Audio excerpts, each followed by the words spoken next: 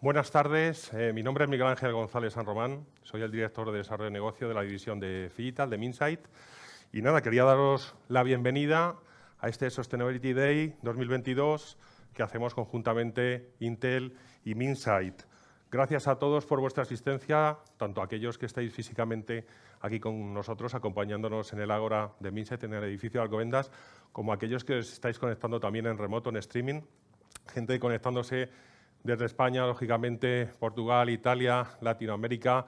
Tenemos unos casi 100 personas, con lo cual esperamos que sea muy interesante. Hemos preparado un par de horas de contenido práctico, de testimonios, de gente que está en esto y queremos que, bueno, juntando la experiencia de algunos representantes de la Administración Pública, desde la regulación, veréis la Comisión Europea, industrias finalistas, compañías tecnológicas, pretendemos dar una visión 360, ¿no? De qué supone esto de la sostenibilidad, no desde la teoría, sino en realidad desde la implementación práctica y viendo los resultados, ¿no? Retos, resultados y próximos pasos. Os cuento brevemente la agenda que tenemos para hoy. Vamos a empezar con un pitch de Ángel Bonet, que es nuestro director de marketing. Va a ser más ilustrativo, digamos, más de retos, más de visión, como los que conocéis a Ángel ya sabéis cómo es.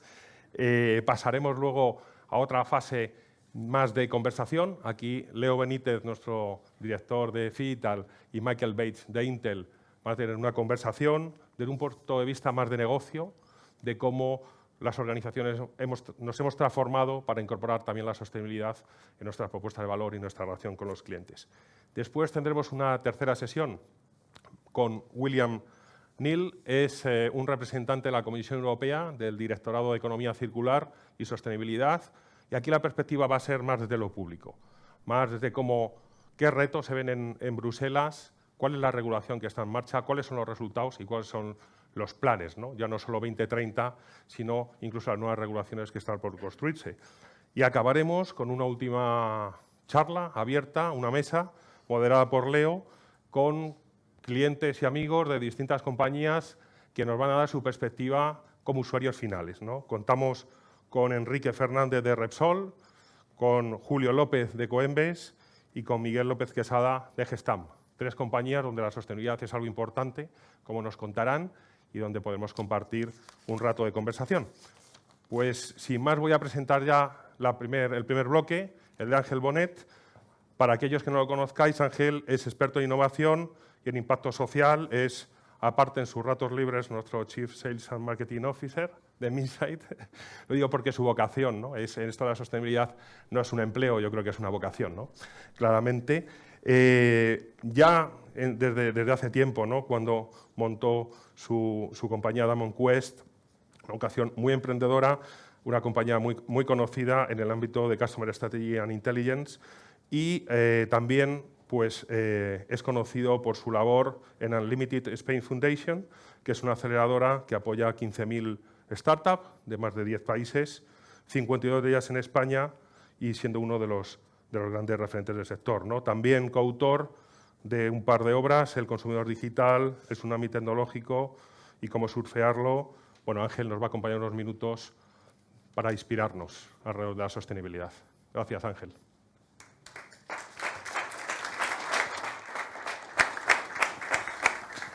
Bueno, buenos días, buenas tardes y bienvenidos a todos, especialmente a compañeros, a colegas, a clientes y, cómo no, a nuestros amigos de Intel que nos acompaña hoy aquí, ¿no? Me hace especial ilusión abrir este evento por la temática que se va a tratar, porque me considero un activista tanto en el ámbito personal como profesional, ¿no?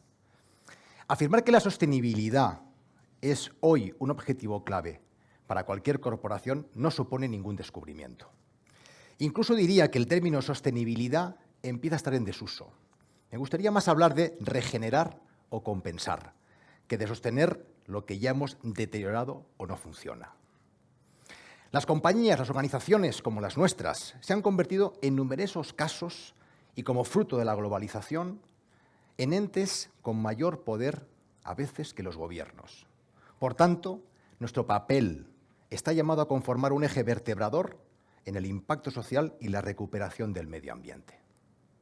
De la misma forma, las pymes, juegan un papel esencial. Deben concienciarse del importante papel que deberían jugar, dada la gran agilidad y capilaridad que tienen con respecto a una gran corporación, para implementar políticas que mejoren el planeta y la vida de las personas. Quisiera exponeros ahora algunos datos que me sobrecogen, que deberíamos llevarnos todos a la cabeza y a una reflexión profunda de nuestro modo de vida y modo empresarial. Según la Fundación Ellen MacArthur, en la cual colaboramos habitualmente, el 45% de las emisiones de CO2 provienen de la fabricación de productos, de nuestro estilo de vida de consumo. Según la CECU, Confederación de Consumidores y Usuarios, el 80% de los recursos globales son consumidos por tan solo el 20% de los consumidores en el mundo. Según la ONU, el ritmo de consumo actual requeriría en los próximos 20 años recursos naturales como para 3 planetas. De hecho, este año hemos consumido los recursos naturales en el mes de julio. Estarán consumidos. Es decir, necesitamos ya 1,6 planetas para abastecer la demanda de consumo global. Y por último, quizás el más demoledor, os quiero hablar de desigualdad social. El 0,7% de la población mundial tiene el 45,2% de la riqueza, los denominados millonarios, cuando el 71% de la población tan solo tiene el 3% de la riqueza o del resto de los recursos, los que yo denomino pobres de solemnidad. Sin duda, algo estamos haciendo mal, algo no funciona. No cabe duda de que esto ya no es cuestión de una moda, de una estrategia de marketing o un tema coyuntural, es un problema estructural, de supervivencia de nuestro modelo de vida e incluso de subsistencia. Nos concierne a todos y a cada uno de nosotros debemos tomar un rol más activo, lo más activo posible, para tratar de solucionar los problemas actuales, desde nuestros hábitos de consumo, de vida, hasta nuestra cultura empresarial, concienciando a aquellas generaciones venideras y creando iniciativas de apoyo real. Desde Minsight hemos querido empezar con el propósito, con la base, que es impulsamos los negocios generando impacto en la sociedad. Y para ello nos hemos apoyado de nuestra tecnología y, cómo no, de nuestro ecosistema de stakeholders y partners. La tecnología es una herramienta quizás de las más poderosas para hacer frente al enorme desafío del impacto social y del cambio climático. Porque a través de las nuevas tecnologías, como por ejemplo la inteligencia artificial, el Big Data, el Cloud, podemos rápidamente interpretar, unir y amplificar todos los parámetros necesarios para mejorar nuestra gestión en medio ambiente, sociedad y gobernanza, o lo que llamamos técnicamente en las corporaciones el ESG. Y, como no, las líneas de guía de los Objetivos de Desarrollo Sostenible, las ODS, dictadas por la ONU, para situar en el centro de la estrategia empresarial el impacto social. Sostenibilidad y tecnología están llamados a ser parejas de baile. La tecnología, por ejemplo, tiene el potencial de reducir las emisiones globales de carbono en un 20% en el 2030 y, en consecuencia, según esos estudios, disociar el crecimiento económico al aumento de las emisiones, algo fundamental. Además, la legislación en materia de medio ambiente es cada vez más dura y se incrementarán los controles sobre la actividad de las empresas, cosa que ya estamos viviendo muchos de nosotros. La Comisión Europea, por ejemplo, no deja de ampliar las recomendaciones a las empresas relacionadas con la sostenibilidad, como reglamentos, por ejemplo, el SFDR, Reglamento de Divulgación en Materia de Finanzas Sostenibles, que favorece la inversión en sostenibilidad o impacto social. En este sentido, desde Minsight trabajamos básicamente con 2 principales objetivos. El primero, ayudar a las empresas a innovar en nuevos servicios o negocios con impacto social y medioambiental. Y el segundo, desarrollando soluciones o productos tecnológicos que permitan a las compañías, a nuestros clientes, mejorar sustancialmente sus métricas de impacto, incluso facilitando su medición, que es, desde mi punto de vista, uno de los grandes retos que tenemos en el futuro en las compañías, la doble contabilidad.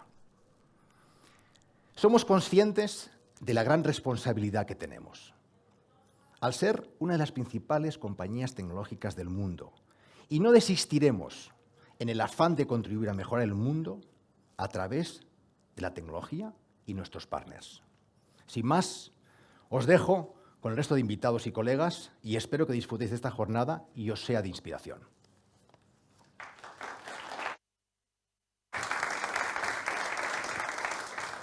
Muchas gracias, Ángel, por tus palabras. Pasamos al segundo bloque, que va a ser una conversación con Leo y Michael, que les voy a introducir brevemente. Leo Benítez, ingeniero eléctrico y en tecnologías de información, con más de 25 años de experiencia en el sector de energía y las utilities.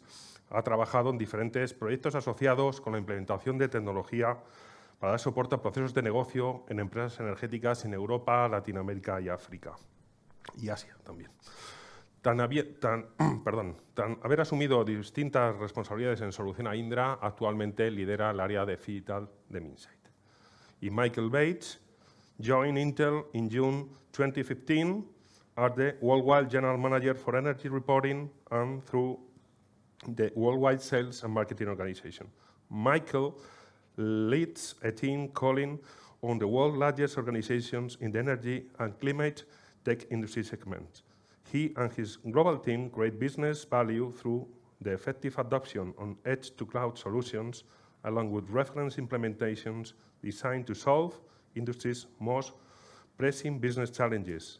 His role is responsible for delivering leadership messaging and setting a strategic direction for accounts across energy and climate tech sector. Leo, Michael, please come to stage. Thank you.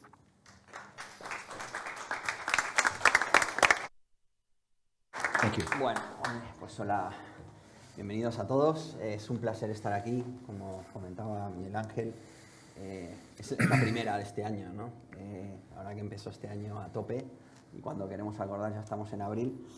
Y cuando quisimos elegir un tema para lanzar los eventos este año, sin duda sostenibilidad fue el primero que se nos vino a la cabeza y aprovechando la visita de Mike, pues decidimos abordarlo. Yo simplemente, por introducir un poco la apuesta, lo comentaba antes Ángel, nosotros desde Minsight trabajamos en el ámbito de la sostenibilidad desde dos perspectivas. Por un lado, con una compañía que algunos conoceréis, que se llama Overview Effect, donde trabajamos el tema de la innovación aplicada al mundo de la sostenibilidad, cómo ayudar a las compañías a innovar para resolver los retos de sostenibilidad. Y por otro lado, desde Digital, que es una división nueva que creamos en la compañía, estamos trabajando en definir y en diseñar una cartera de soluciones. Y bueno, es uno de los pilares de Digital. Y bueno, estamos la verdad que teniendo mucha actividad, hablando con clientes. Aquí está Antonio, Maripaz, Antonio, Guto también, que llevan el área y bueno, muy ilusionados, ¿no? con la recepción que estamos teniendo de los clientes cuando hablamos de las soluciones de eficiencia energética, pues les hablamos de impacto medioambiental, de recursos hídricos, de economía circular, etcétera, etcétera, ¿no? Tenemos una cartera de soluciones que estamos muy orgullosos de ella y lo estamos moviendo. Y poco más, voy a pasar inglés para introducir a Mike. Well, Michael, he was introduced already by Miguel Ángel. We've been working for the last maybe 6 years, especially working on the energy transition space, especially working with how to incorporate technology, basically IoT technology in the grid operators in order to be able to incorporate or absorb distributed energy resources, renewables, etc. Mike, we met in Milan, I think it was, no, September, October? December, yeah. December, yeah. And you told me, besides energy, we are really into sustainability, and it was very good timing because we are also working on that. And since that, we've been already working in some interesting projects. One of them we are going to see the client tomorrow, a wildfire detection system to detect wildfires. So we're using Intel technology. We are also working in a solution we have for recycling, for circular economy. We are also working in solution for energy efficiency. So the relationship with Intel is very interesting. But we have here Mike for two reasons. One is of course, to tell us what is Intel doing for themselves. Intel is a big manufacturer, a big company in the industry, and at the same time they provide technology to their clients. So they have a program called RISE. You can of course talk about it. I was looking at it yesterday, and I see that you have really very challenging goals, no? To be net zero by 2030. Also, not only in energy, water, and some other goals. So I think it's good that Mike is here, so he can tell us about whatever he wants, but especially talk about how Intel is approaching sustainability and what are you doing in this space. Yeah, thank you, Leo, and thanks everyone for hosting the event today and letting me present in English. I grew up in Texas, so I know a little bit of Spanish, but not enough to be able to do the whole session today. Ask for food and beer in Spanish, and that's it. I can do that. I heard something recently, someone say that the greatest threat to the planet is the perception that someone else is going to solve the problem, that it's going to keep being pushed back into further generations. And I think we're all waking up to Sustainability Day, and this day is going to continue the focus on sustainability. And we're very grateful to have Minsat as a company partner to work with us in trying to solve some of the big challenges around sustainability. Intel itself is very serious about addressing the areas of sustainability, just like you mentioned, not only in our own manufacturing, but also in our products. And I think even more importantly, how we apply our technology to solve some of the big problems, which we can talk about in a little bit. But I'd like to speak a little bit about RISE. And my fellow Intel colleagues will agree with me that Intel knows how to make an acronym out of almost everything. This case, RISE is an acronym for Responsible, Inclusive, Sustainable, and Enabling. The responsible is really, and I feel this in my heart, a company like Intel, a company like Minsat, with all the power and ability, really do have the responsibility to step up to the plate and apply those technologies to solve the problems that we were talking about today in an inclusive way, not just for people that can afford solar on the rooftop, not just people that can afford an electric vehicle, but everyone, deploying it in a way that everyone can get benefits from lowering carbon footprint, creating a more circular economy, reducing waste in the economy, and also making sure we have clean water for the future generations. Two, I think, very important parts of our RISE strategy. The parts that I'd like to talk about today are more the sustainable and the enabling components. Intel, with partners like Minsat, are applying our technology to some of the big problems. The one problem that I can share with today that I think we've been working on for quite some time is modernizing the electric grid in ways that allow for unlimited amounts of renewable energy to be integrated into the grid and into the markets, as well as being able to create a platform for unlimited amounts of electric vehicles to be deployed onto the grid in ways that allow for customers to charge, be able to also take their excess energy and trade it back into the market, and really create a true two-way flow of electricity between renewable energy resources and back into the markets. And in some cases, creating what we call prosumers, producers of energy that are also consumers, and trading that excess capacity from the rooftop solar or for the battery that's in their home or the batteries in their car back to the grid to contribute to the lowering of the carbon footprint from the energy system. I think everyone in the room that has any experience in this space recognizes that this is one of those industries that's probably the last industry to go through this type of disruption. And they're not doing it willingly, I would say. That they're really Forced by the they're being forced. They're being forced by the market. They're being forced by the customer. And I think we're starting to also see the financial markets really pushing companies to drive lower carbon footprints and looking to even audit a company's footprint before they make investments in that company, considering carbon footprints as a risky asset. So it's one of those areas that we've been working on for a while. We're making quite a bit of progress, especially here in Europe. With the utilities both in Spain, France, and Italy as well. So it's one of those areas where I think you're going to start hearing a lot more about the successes that Intel and Minsat are having together.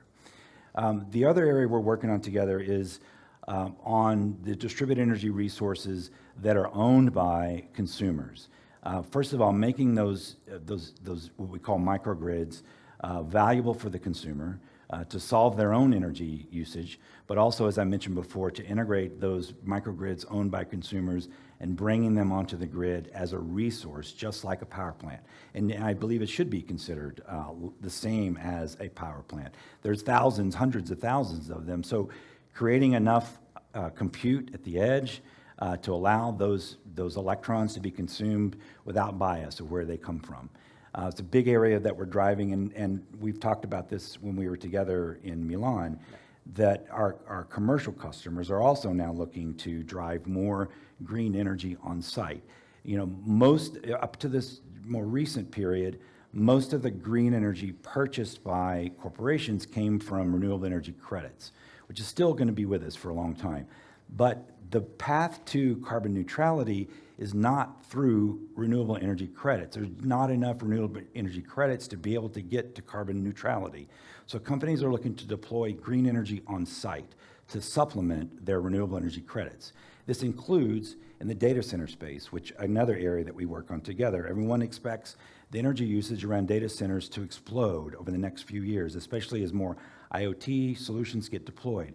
That drives the energy consumption up. So Intel is working very hard to drive energy down in the data center itself, but also apply technologies around the data center to lower the carbon footprint. We're working on a project today where there's a very large data center being built right next to a very large solar installation, so that all of the energy that is consumed at that data center is consumed with green energy. And when there's excess capacity with that energy, it's traded in the marketplace. So it's a really exciting area.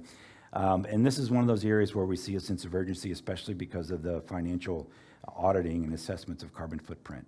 And a couple other areas I'll talk about really briefly.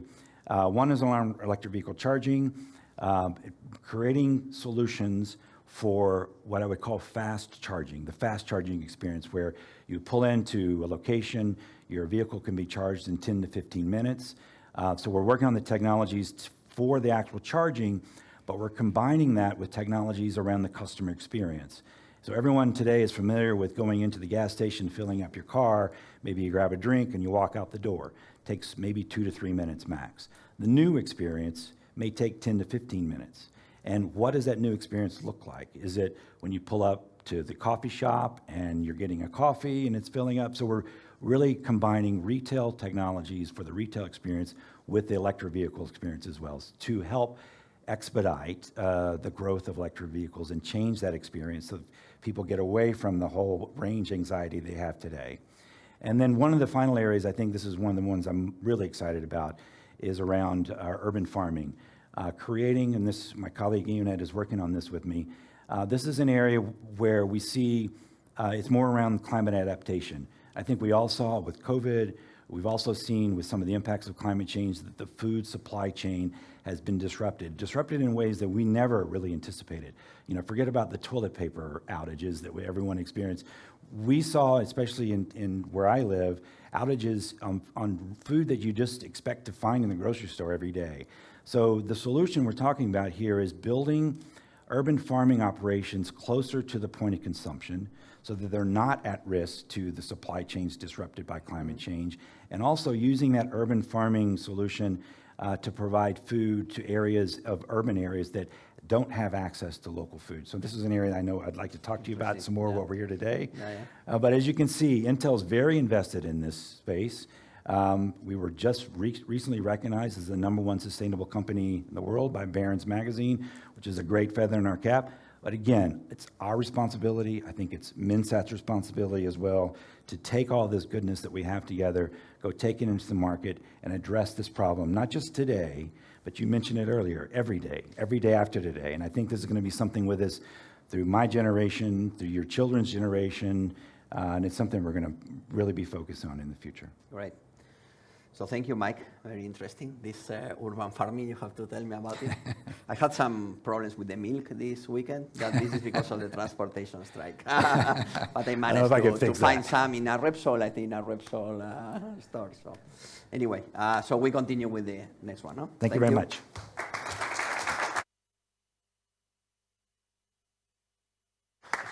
Bueno, pues seguimos el programa, seguimos la agenda. Ahora contamos con William Neal, que entra desde Bruselas. Él es de la Comisión Europea. Tenemos a William. Hello, yes, I hope you can hear me well. Hello, William. Hello How are you from doing? Brussels. Very well, very well. Okay. I'm sorry I can't be with you. Okay, thank you very much to be here. Not physically, it's a pity, maybe next time, but I'm sure that we are going to enjoy your speech. William Neal is advisor on circular economy and green growth at the European Commission, Environment Directorate General. He's based in the directorate responsible for sustainable production and consumption, circular economy, chemicals, and waste. He works horizontally and closely with other Commission services and institutional and external stakeholders. He previously worked for 11 years as a member of the Cabinet of European Commissioners for Science and Research, Environment, and Maritime Affairs and Fisheries. In Cabinet, he held responsibility for relations with the European Parliament and the Council of Ministers, planning, resources, and budget, and advised commissioners on development of policies on circular economy, resource efficiency, sustainable production and consumption, environmental technologies, eco-innovation, waste policy, transport, aeronautics, research infrastructures, and external relations. Please, William, you have the mic. Thank you. Well, thank you very much, and I'll try and give the perspective of a Brussels bureaucrat. I'd like to start off by giving a fairly wide and historical perspective of how policy is developing for environment and sustainability, and then go a little bit more into what's happening today, literally today, and what's happening particularly in relation to the digital sector. So today we see environment policy really at the center of European policy. It's at the center of the growth strategy of the European Union and of the recovery strategy, the post-COVID recovery strategy of the European Union. And it's really integrated across so many policy areas. It's integrated between the biodiversity, climate, and other aims for the environment, but also very much integrated into industrial policy, agricultural policy, and many different policy areas. And not only that, we see also that the current European Commission has stated that it wants to see a twin transition being the driver of European growth. So that is green and digital transition.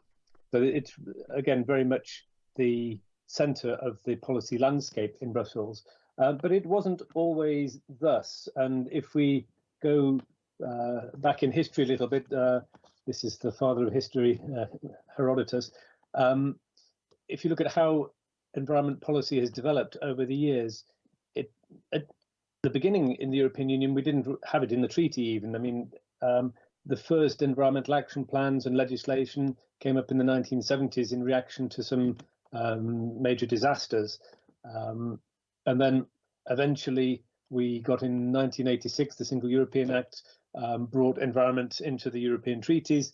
And then it was 1997, the Amsterdam Treaty, where sustainable development was brought into the European treaties on the back of the Rio summit, of course, in 1992. So in all of that time, environment policy was really about punishing polluters. It was about legislation which set limits beyond which you would pay a fine, or member states would have targets which they would have to meet. And that was the legal and legalistic approach to environment. So I think in about 20 years, we had about 200 different regulations which were aimed at, as I say, punishing polluters. Now, in the meantime, we saw globally what we call the great acceleration in consumption of materials. And we saw a tripling from the 1970s to a few years ago of the consumption of materials, largely on the very positive reason, because we had increased middle class consumption around the world, people being lifted out of poverty. So a positive reason for that, but certainly driving what are becoming unsustainable levels of material consumption. So by 2050, we're predicted to need 3 planets. So we're really moving beyond the planetary boundaries. And as we say, these are not just the hard laws of economics, it's the hard laws of physics that we're approaching. So in about 2010, we in the Commission took a different kind of perspective on environment policy. We thought, well, we need to maybe be a bit less legislative, a bit more economics. We need to get the economics right. We need to get the incentives right to actually avoid these unsustainable levels of consumption, because just punishing people for pollution at the end of the pipe is really acting when it's too late and the damage is already done. We need to find ways to sort of decouple our growth and our well-being from that consumption of materials and resources. So in 2010, we set up a European Resource Efficiency Panel, very high level. And in about 2015, we brought in our first Circular Economy Action Plan. Now, this really consisted of revision of legislation, so we're still fairly legislative. We had a major revision of our waste legislation to increase recycling rates and so on. But I think that the groundbreaking part of the first Circular Economy Action Plan of 2015 was a plastic strategy. And this was the first time really that we'd built and developed and applied a strategic, systemic, comprehensive approach to a single value chain, plastics. So we were looking, on the one hand, some legislation. We were banning certain uses of plastic for single-use items where there were substitutes available or multiple-use possibilities. But we were also looking at how we could boost demand for recycled plastics through pledging on recycled content by companies. We were looking at investment in recycling facilities. So really a very integrated and comprehensive approach. So that brings me to today. So now we are in the process of implementing our second Circular Economy Action Plan. And we have continued the value chain based approach. You can see here in red the value chains which we identified as being the most impactful on the environment, and the ones where there's the most potential for circular approaches to have a positive effect. You see in here, of course, electronics and ICT, along with others. But I think that the really groundbreaking part of the second Circular Economy Action Plan is in green here. It's the focus on products. Now, I'm bringing us really right up to date now in our sort of history lesson. So actually tomorrow, this is the hot news. Tomorrow, the College of Commissioners, so the highest body in the European Commission, will adopt a package of measures for the Circular Economy Action Plan. And amongst those is this Sustainable Products Policy Initiative based on a revision of the Eco-Design Directive. And you can see also tomorrow we will adopt one of our value chain strategies on textiles, and also looking at consumer legislation as well. So why products? On the screen now you can see what the European economy looks like if you see it as materials, material flows and stocks. So on the left you've got the domestic and the imported materials coming into the economy, and on the right it's leaving in the form of waste or emissions. Now, basically you've got 8 gigatons of materials moving through the economy. And if we want to avoid that 3 planet scenario, which I spoke about earlier, we have 3 ways of intervening, the way I see it. Either you can try to use those materials more efficiently as they come in on the left-hand side, as they come into the economy. So this is basically resource efficiency. And I think that this is a no-brainer for most companies. Manufacturing companies in Europe, typically about 45% or more of their input costs are in materials, about twice the amount they're paying for energy, although maybe that's changing rapidly, or for labor. So there is an obvious incentive, an inbuilt incentive for companies to use their materials efficiently and get more added value from them. The second would be recycling. So you can see the loop going along the bottom of this diagram shows that you can sort of take materials as they've finished their useful life and put them back into the beginning of the picture. But of course, by the time that those materials become waste, they've lost a lot of their value, they've lost their functionality. So this brings me to the third, and I think the most important and the highest potential way in which we can avoid the 3-planet scenario, and that is by slowing down that river, by making sure that between that first part where we have the input of materials into products and assets and infrastructure and so on, and when it becomes waste, that we make those materials last for as long as possible in those functions. So we need products that last longer, and we need to use them more intensively as well. We need to find ways to do that. But I think that the problem that we have here is that those incentives that I talked about before, they're split. There is no real reason, apart from maybe reputational reasons, for the company, the operator, putting a product on the market on the left to make it last as long as possible, to make it repairable, to make it easily recyclable. Those external costs it can forget about, in the sense those are costs which will be borne by society, by the environment, by the companies, potentially by recyclers that have more problems in high quality recycling because of contaminated materials and so on. So this is the importance really of making sure that the materials stay in the economy for as long as possible. This can be done through various feedback loops. This is a very well-known diagram from the Ellen MacArthur Foundation, which shows on the right-hand side the technical materials, on the left-hand side the biological materials, the biomaterials, and how those feedback loops can keep the value in the economy by keeping as much as possible those products and assets working. And the closer you are to the center in those loops, really the more value you are keeping in the economy. And when we're talking about keeping in value, if you can find ways to capture that value, then you've got good business propositions and potential profits. If we take that to the level of the product, then we estimate that about 80% of the lifetime impact of a product on average is defined at the design stage.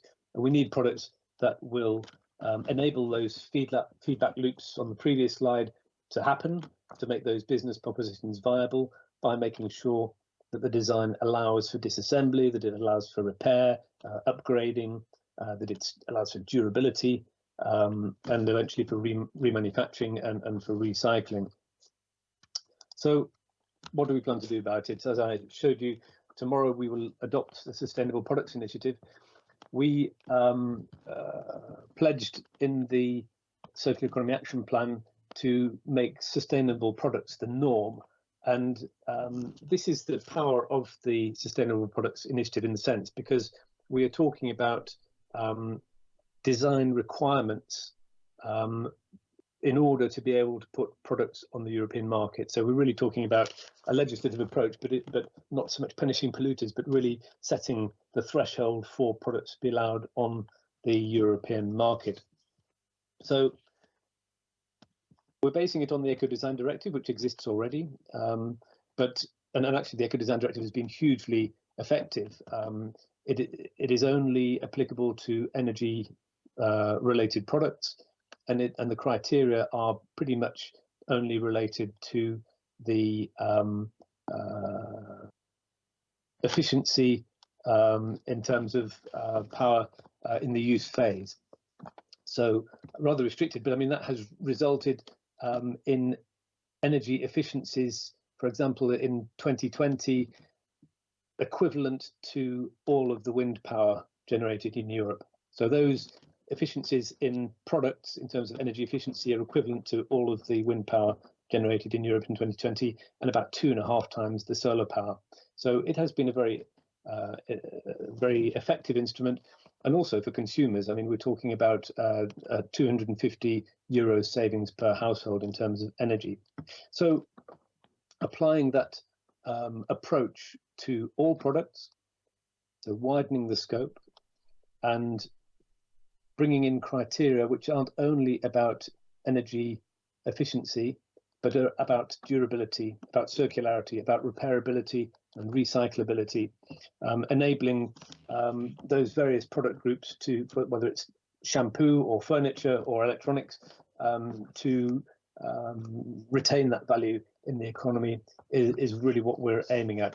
And it is a single market legal basis. So we're talking about a level playing field for all companies. We're talking about avoiding fragmentation by having different rules in different member states in terms of sustainability.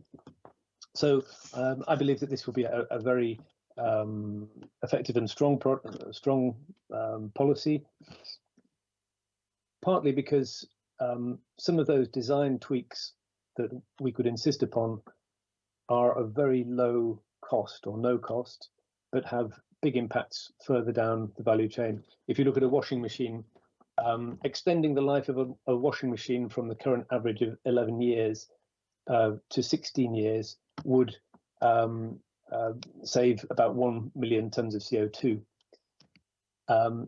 And the reason that washing machines fail, more than 50% fail for two reasons. Either it's the bearings or it's the electronics. So if you can find design requirements that ensure that those components are either of higher durability or easier to replace and to repair, you can really make major strides in terms of increasing the lifetime of that product, and in terms of CO2 emissions. And that, I mean, a washing machine, about 75% of the lifetime emissions of a washing machine are in its use phase. It's not in the production.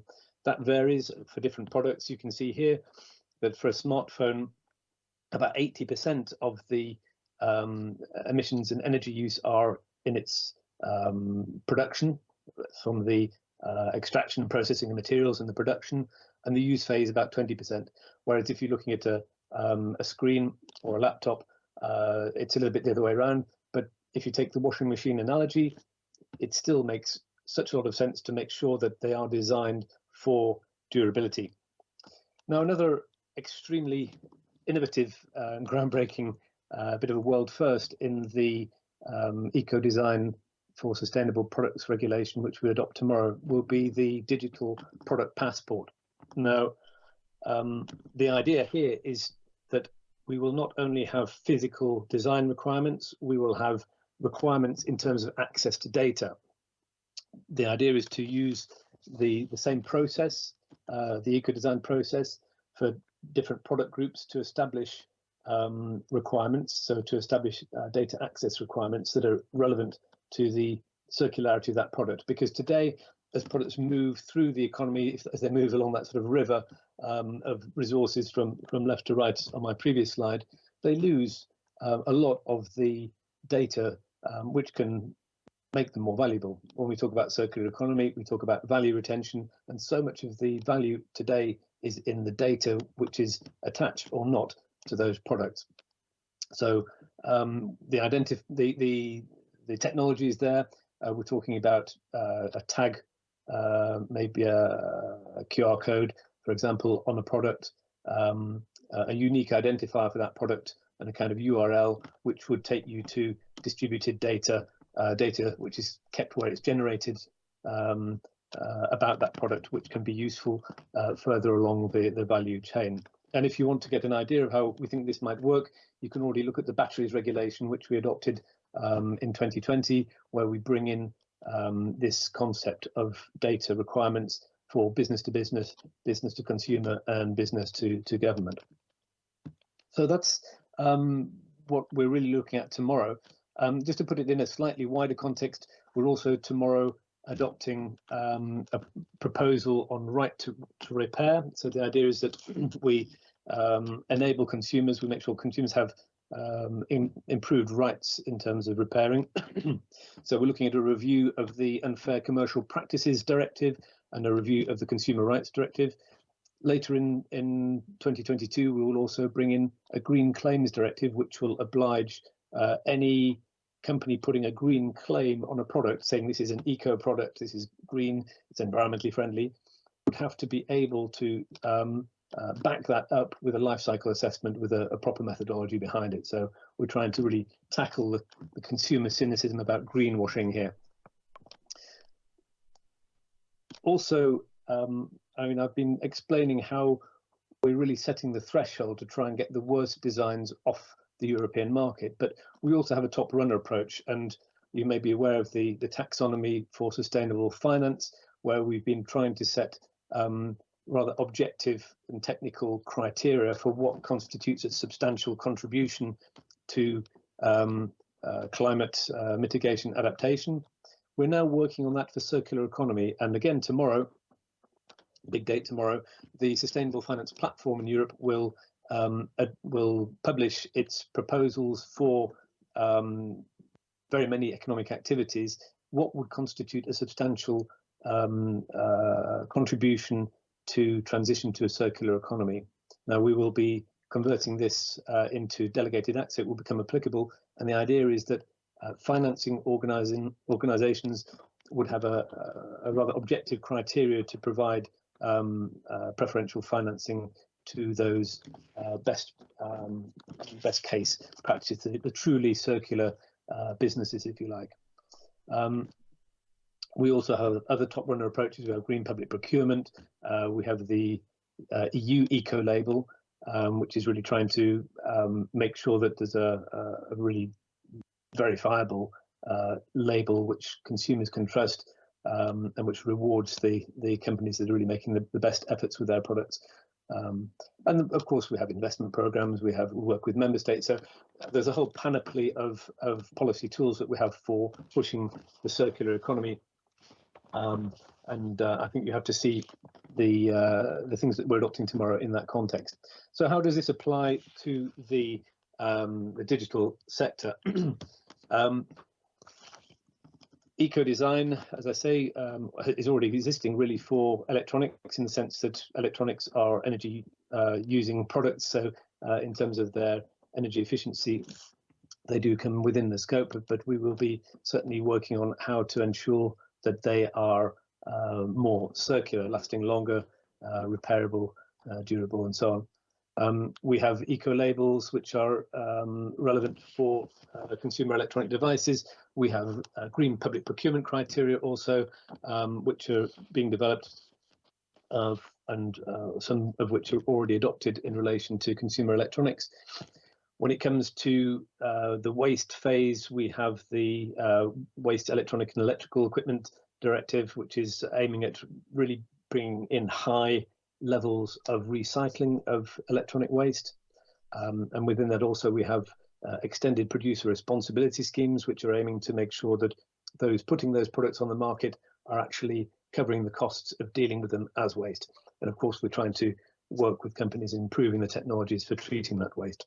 And right at the beginning, of course, we have our chemicals legislation, we have the REACH regulation, and we have RoHS, which is the restriction on hazardous substances, which is applicable to consumer electronics. So we have, again, a fairly wide panoply of policy tools which we can apply to consumer electronics.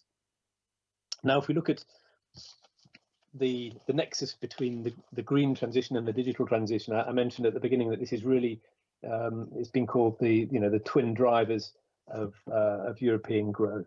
And I have to say personally that 2 or 3 years ago, I wasn't talking to my colleagues that are dealing with digital policy, and really when we did start talking to each other, we were speaking different languages. I was talking in my environmental speak, and they were talking in their digital speak, and it took quite a long time for us to really understand on their side what we wanted them to enable, and on our side what the technologies were capable of, and which were the technologies which were of the most interest.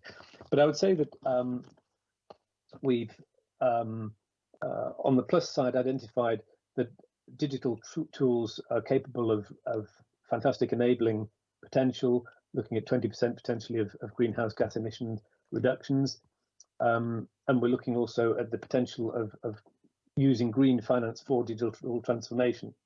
But on the negative side, we also have the fact that the footprint of digital technologies is significant, perhaps up to 4%, depending on which research reports and who you listen to and read.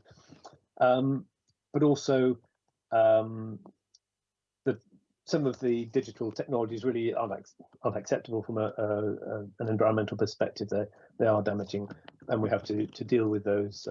So up until now, I think that there has been maybe too much emphasis on the negative side, but for the simple reason that it is quite easily measurable in terms of tons of electronic waste or in terms of CO2 emissions and so on.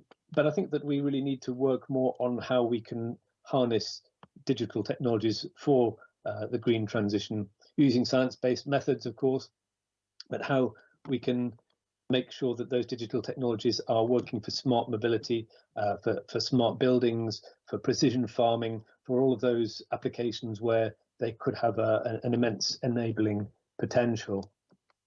So if we look at the some of those potentials, the previous speaker was talking about the possibility of very energy efficient data centers. We're working with our joint research center on how that can be done. We're just brought in green public procurement criteria for public authorities that want to make sure that the data centers they're using are efficient. And we're also using the taxonomy, which I referred to earlier, to make sure that the financing is really going to the best data centers. We're working on greener communications, working on ultra low power processes with a new program, a new investment plan in respect of low power processes in Europe, and also the Circular Electronics Initiative. Now, if you want to find out more about that, you can simply read the proposals which we're going to present tomorrow, the Eco Design for Sustainable Products Regulation. There's a communication with it which explains in more detail our Circular Electronics Initiative, which will also be putting quite a bit of emphasis on how we can apply the right to repair to digital sectors.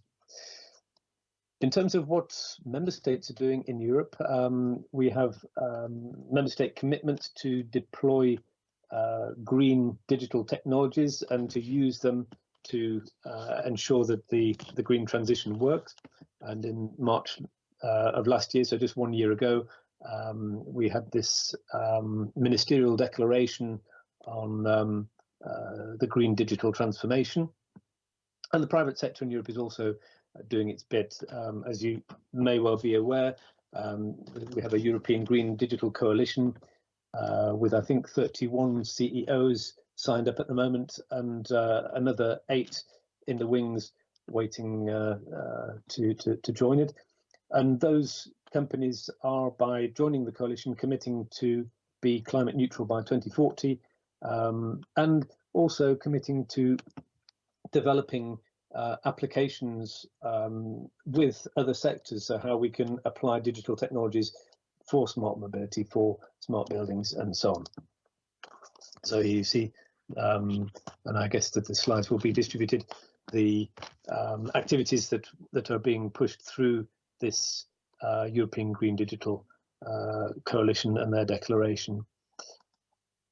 On the global side, we are dealing with global value chains here, whether it's textiles or electronics. And as I've explained, I hope you've understood, Europe is really focusing on how we can use circular economy approaches to decouple our material use from well-being. But this is, of course, when you're talking about global value chains, is something which has to be done on a global level. And although there are very different interests throughout the world in terms of their relative richness, in terms of resources and so on, there is a growing understanding that circular approaches are in all of our interests, particularly if we want to avoid the 3 planets scenario. And we all have an interest in adopting those circular policies and also in developing circular business models. I will leave it there, and I wish everybody a wonderful event, and just to say that if you are looking for some inspiration, or if you're looking to provide inspiration, I would encourage you to go no further than our Circular Economy Stakeholder Platform, where you can find very many good examples from businesses, from public authorities, from Europe and from around the world. Thank you.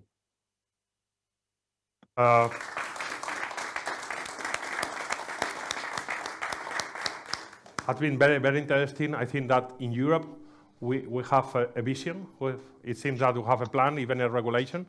Sometimes it has been appreciated as a liability for companies, but in my opinion, is an incredible opportunity to develop the economy of the future, this mixture of digital and environmental friendly together will bring our companies to the next level, and we will train the model in Europe, but I'm sure that we will be able to replicate it in other geographies. So thank you for your support and your contribution to the event. Thank you, William. Thank you. Bueno, pues llegamos al Ecuador. Espero que se esté haciendo interesante la sesión, seguro que sí. Y ahora nos queda una parte importante, que es el diálogo con las compañías, ¿no? Con nuestros clientes en forma de panel. Lo haremos más interactivo y será Leo Benítez quien va a moderar el panel y le doy entrada. Sí. Bueno.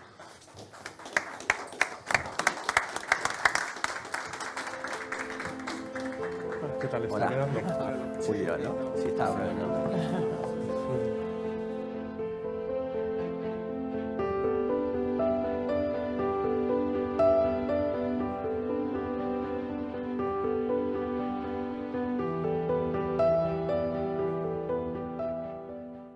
Arrancamos.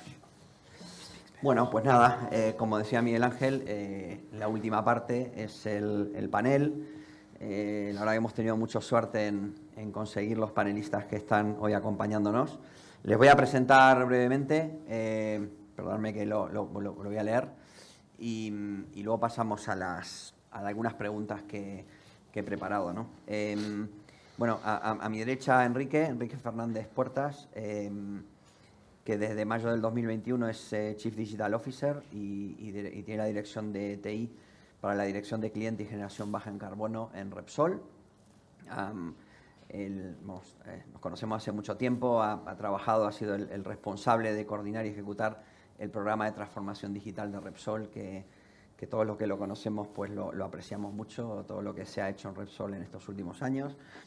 Incluye diferentes iniciativas, adaptación de unidades de negocio a nuevas tecnologías, implantación de nuevas tecnologías en Repsol, es el responsable de los Digital Hubs, de la Digital Factory y bueno, la verdad que las cosas que se han hecho en Repsol en los últimos años han sido realmente impresionantes, ¿no?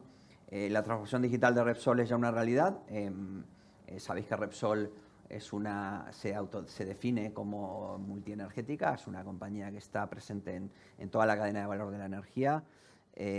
Además de que es una gran industria también y tiene estaciones de servicio, un poco creo que está en casi toda la cadena de valor de la economía, ¿no? Está en el retail, está en la industria, obviamente en la energía y bueno, y sus objetivos de reducción de huella de carbono y compromisos con sostenibilidad pues son evidentes. De hecho, hace unos meses tuvimos una sesión también aquí con Repsol hablando de sostenibilidad. Es algo que está en el ADN de la compañía y claramente forma parte de su plan estratégico. A mi izquierda está Julio López Rubio, que no nos conocíamos, pero sí Ecoembes. Obviamente Ecoembes es una compañía con la que estamos haciendo proyectos muy interesantes y si uno piensa en sostenibilidad, es una de las primeras empresas que se le viene a la cabeza, ¿no? Es responsable de relaciones institucionales en Ecoembes, tiene una sólida formación y experiencia en modelos de colaboración público-privada, desarrollo de proyectos sociales y ambientales, con agentes públicos y privados y organizaciones de la sociedad civil, especializado en política e implementación de economía circular, del envase y la responsabilidad ampliada del productor en España e internacionalmente. Sabéis que Ecoembes es una organización sin ánimo de lucro que coordina el reciclaje de envases domésticos ligeros en España y ayuda a las empresas a integrar el ecodiseño, algo que nos hablaba recién William, en sus envases para promover la reducción en la generación de residuos. Desde Ecoembes se facilita esta cadena que une a ciudadanos, ayuntamientos y empresas para que entre todos hagamos posible el reciclaje de envases, contribuyendo así a la economía circular, ¿no? Tenemos un proyecto muy interesante con Ecoembes que igual sale durante la conversación. Y más a mi izquierda, Miguel López Quesada, director corporativo de Comunicación, Marketing y Relaciones Institucionales de Gestamp.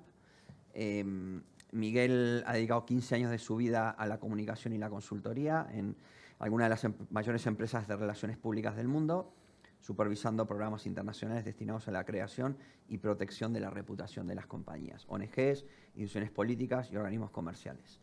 Ha presidido las divisiones de Weber Shandwick en Latinoamérica, España y Portugal.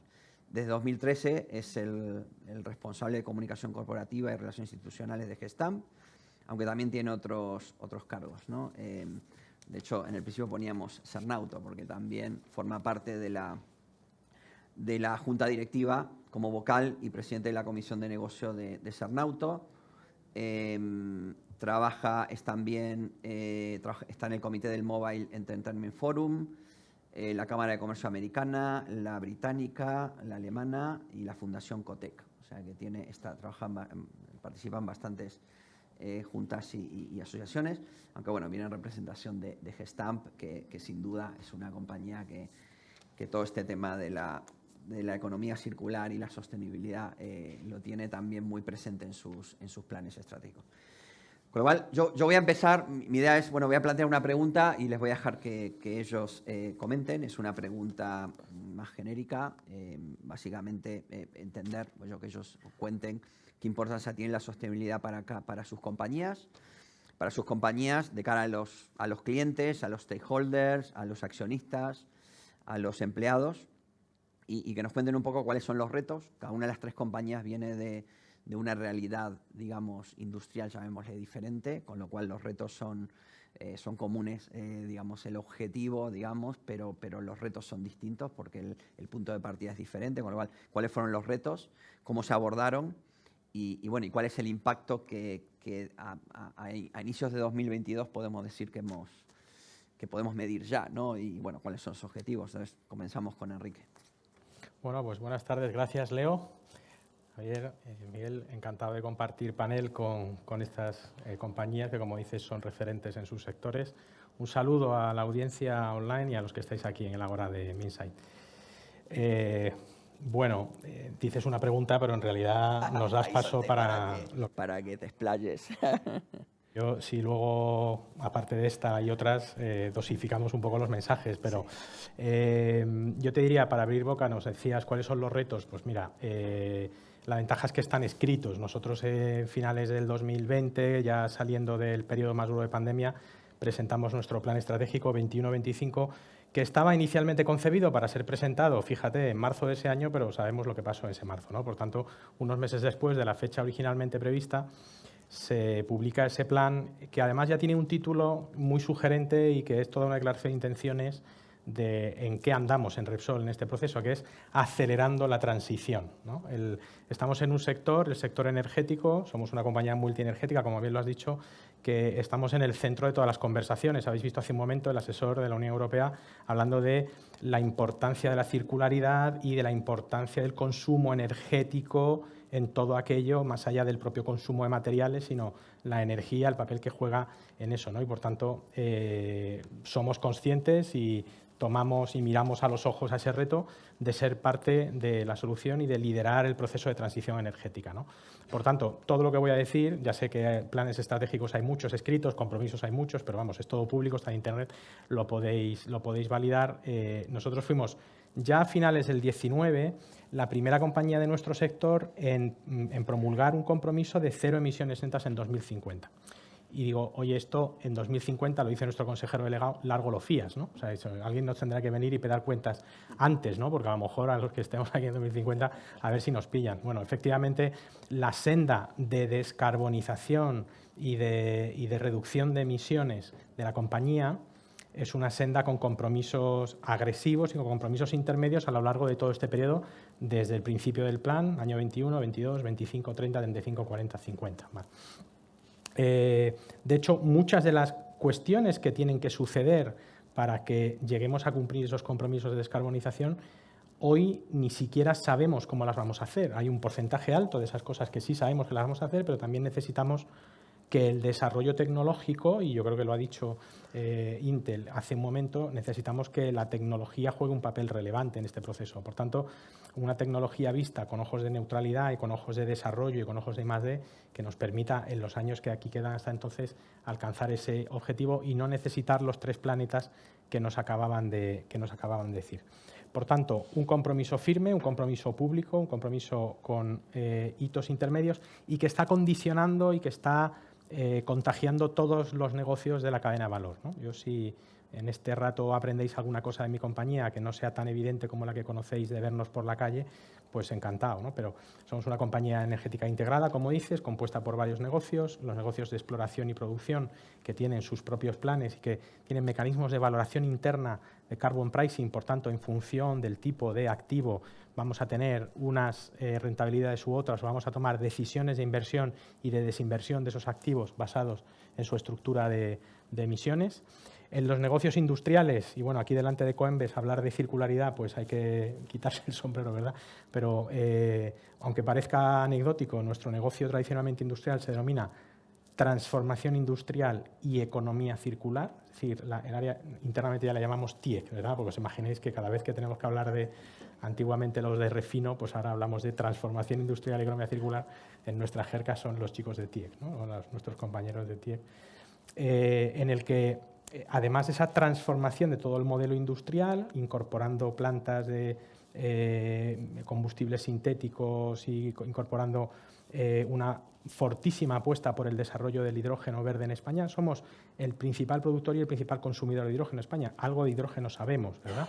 Y tenemos la ambición de liderar el hidrógeno verde en España también. Por tanto, hay consorcios, Shine, algunas cosas públicas que las podéis ver ahí, ¿no? Por tanto, además de esta idea de la transformación industrial, la idea de la economía circular la tenemos muy presente. En la casa empieza a utilizarse una cierta jerga, que los que conocéis nuestro sector sabéis que en energía hablamos mucho del upstream y del downstream. Ahora se habla también del waste stream, ¿no? O sea, cómo convertimos y cómo accedemos a esos recursos más de residuos que nos permiten crear todas esas dinámicas, ¿no? En el mundo cliente, que como has dicho, conozco un poco más de cerca en primera persona, si cabe, por representar los intereses de TI, de digital ante ese negocio, ahí tenemos una conversación que sería muy larga y es el papel que cada uno de nosotros como clientes y como consumidores tenemos en ese proceso. Es decir, al final del día la energía más verde, la más ecológica, la más eficiente es la que no se consume. Y ahí, además de las medidas de eficiencia energética, todas las cuestiones que hagamos para mejorar nuestro conocimiento y el rol que los individuos, los consumidores, los ciudadanos, tenemos cada uno en nuestras decisiones individuales de inversión, a través de las formas en las que nos relacionamos como consumidores con esa energía. Si yo cada vez que voy a repostar mi vehículo, la aplicación con la que hago el repostaje y realizo el pago me propone compensar la huella de carbono de ese repostaje en un clic, compartiendo el coste con la compañía, estoy poniendo medios más sencillos al alcance de la mano de alguien que a lo mejor no conoce, ¿no?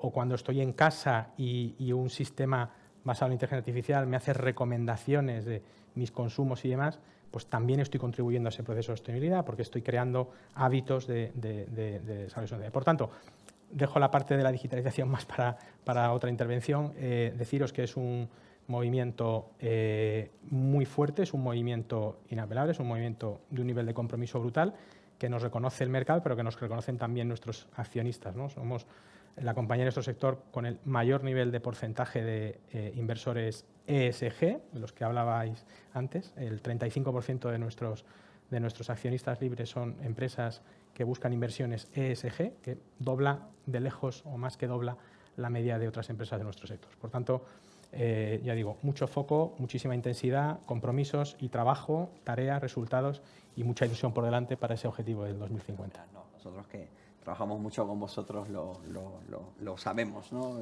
Que efectivamente eso ya está metido en el ADN de Repsol. Pues Julio, Coembes, ¿no? Ya digo, hablabas de waste y demás, pues vosotros sois expertos en esto. Pues nada, todo tuyo. Pues nada, Que nos mucho, un puedes placer absoluto estar aquí con vosotros en este Día de la Sostenibilidad, que es como el día del no cumpleaños, había que celebrarlo siempre, ¿no? Muchas gracias por tus palabras, porque los que hacéis posible que esto funcione sois empresas como vosotros, que hace 25 años apostaste por un sistema integrado de gestión precisamente para impulsar el reciclado de envases, ¿no? A raíz de una normativa y directiva del año 97, ¿no? Porque esto de la economía circular no es nuevo, evidentemente en los últimos años ha tenido un desarrollo enorme, a partir del Plan de Economía Circular 2015, el Plan de Economía Circular 2020 que comentábamos antes, el marco del Green Deal, que al final es el gran vector de desarrollo social, económico y ambiental. Y esa palanca de activación de toda la circularidad que somos los sistemas integrados de gestión, que hasta ahora han tenido, digamos, un desarrollo modesto en España, somos 20, Coembes se centra en el flujo de los envases domésticos. En el mundo, según datos de la OCDE, estamos hablando de 400 entidades, pero el crecimiento va a ser exponencial en los próximos años en nuestro país y en toda Europa y en todo el mundo. De hecho, este jueves se aprueba ya en el Congreso la Ley de Residuos para la Economía Circular, donde ya se ponen de manifiesto muchos de los principios hacia la circularidad y ese empuje que manifestaba la Comisión Europea y esa ambición en los retos que nos va a tensar a todos y a todas las cadenas de valor, ¿no? Con lo cual, los retos son de todos. De hecho, para nosotros el máximo reto, la sostenibilidad, lógicamente, en un modelo de responsabilidad amplia del productor se asume porque es parte de nuestro objetivo fundamental, que es el cumplimiento de unas tasas de reciclado concretas y una prevención en la generación de los residuos.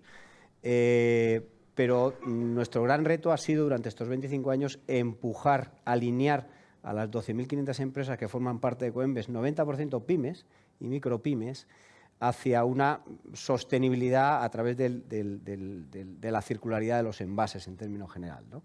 Ese ha sido el gran reto. Y por si ese reto no es suficientemente grande, tenemos a los 47 millones de ciudadanos, todos nosotros somos consumidores y ciudadanos a la vez, que hemos tenido que aprender a separar nuestros residuos en el hogar, a buscar los contenedores amarillos y azules, que son, digamos, el icono más representativo de Coembes, para depositar en ellos los contenedores. Con lo cual, ese modelo de colaboración público-privada, desde la administración pública hasta los ciudadanos y, por supuesto, las empresas, y nosotros como grandes coordinadores o impulsores o posibilitadores de esos sistemas, creo que es el modelo que pues ejemplifica mejor esa circularidad. Sí. Y, de hecho, la responsabilidad ampliada en sentido amplio va a ser una de las palancas fundamentales de la Comisión Europea para activarlo. Y los retos, lo que ocurre es que cuando hace años hablamos de retos nos daban al menos unos años, ahora los años son casi días, ¿no? Y eso tensa mucho, ¿no? Podemos hablar de transición justa, podemos hablar del periodo de transición, requiere una transición y a veces no la hay.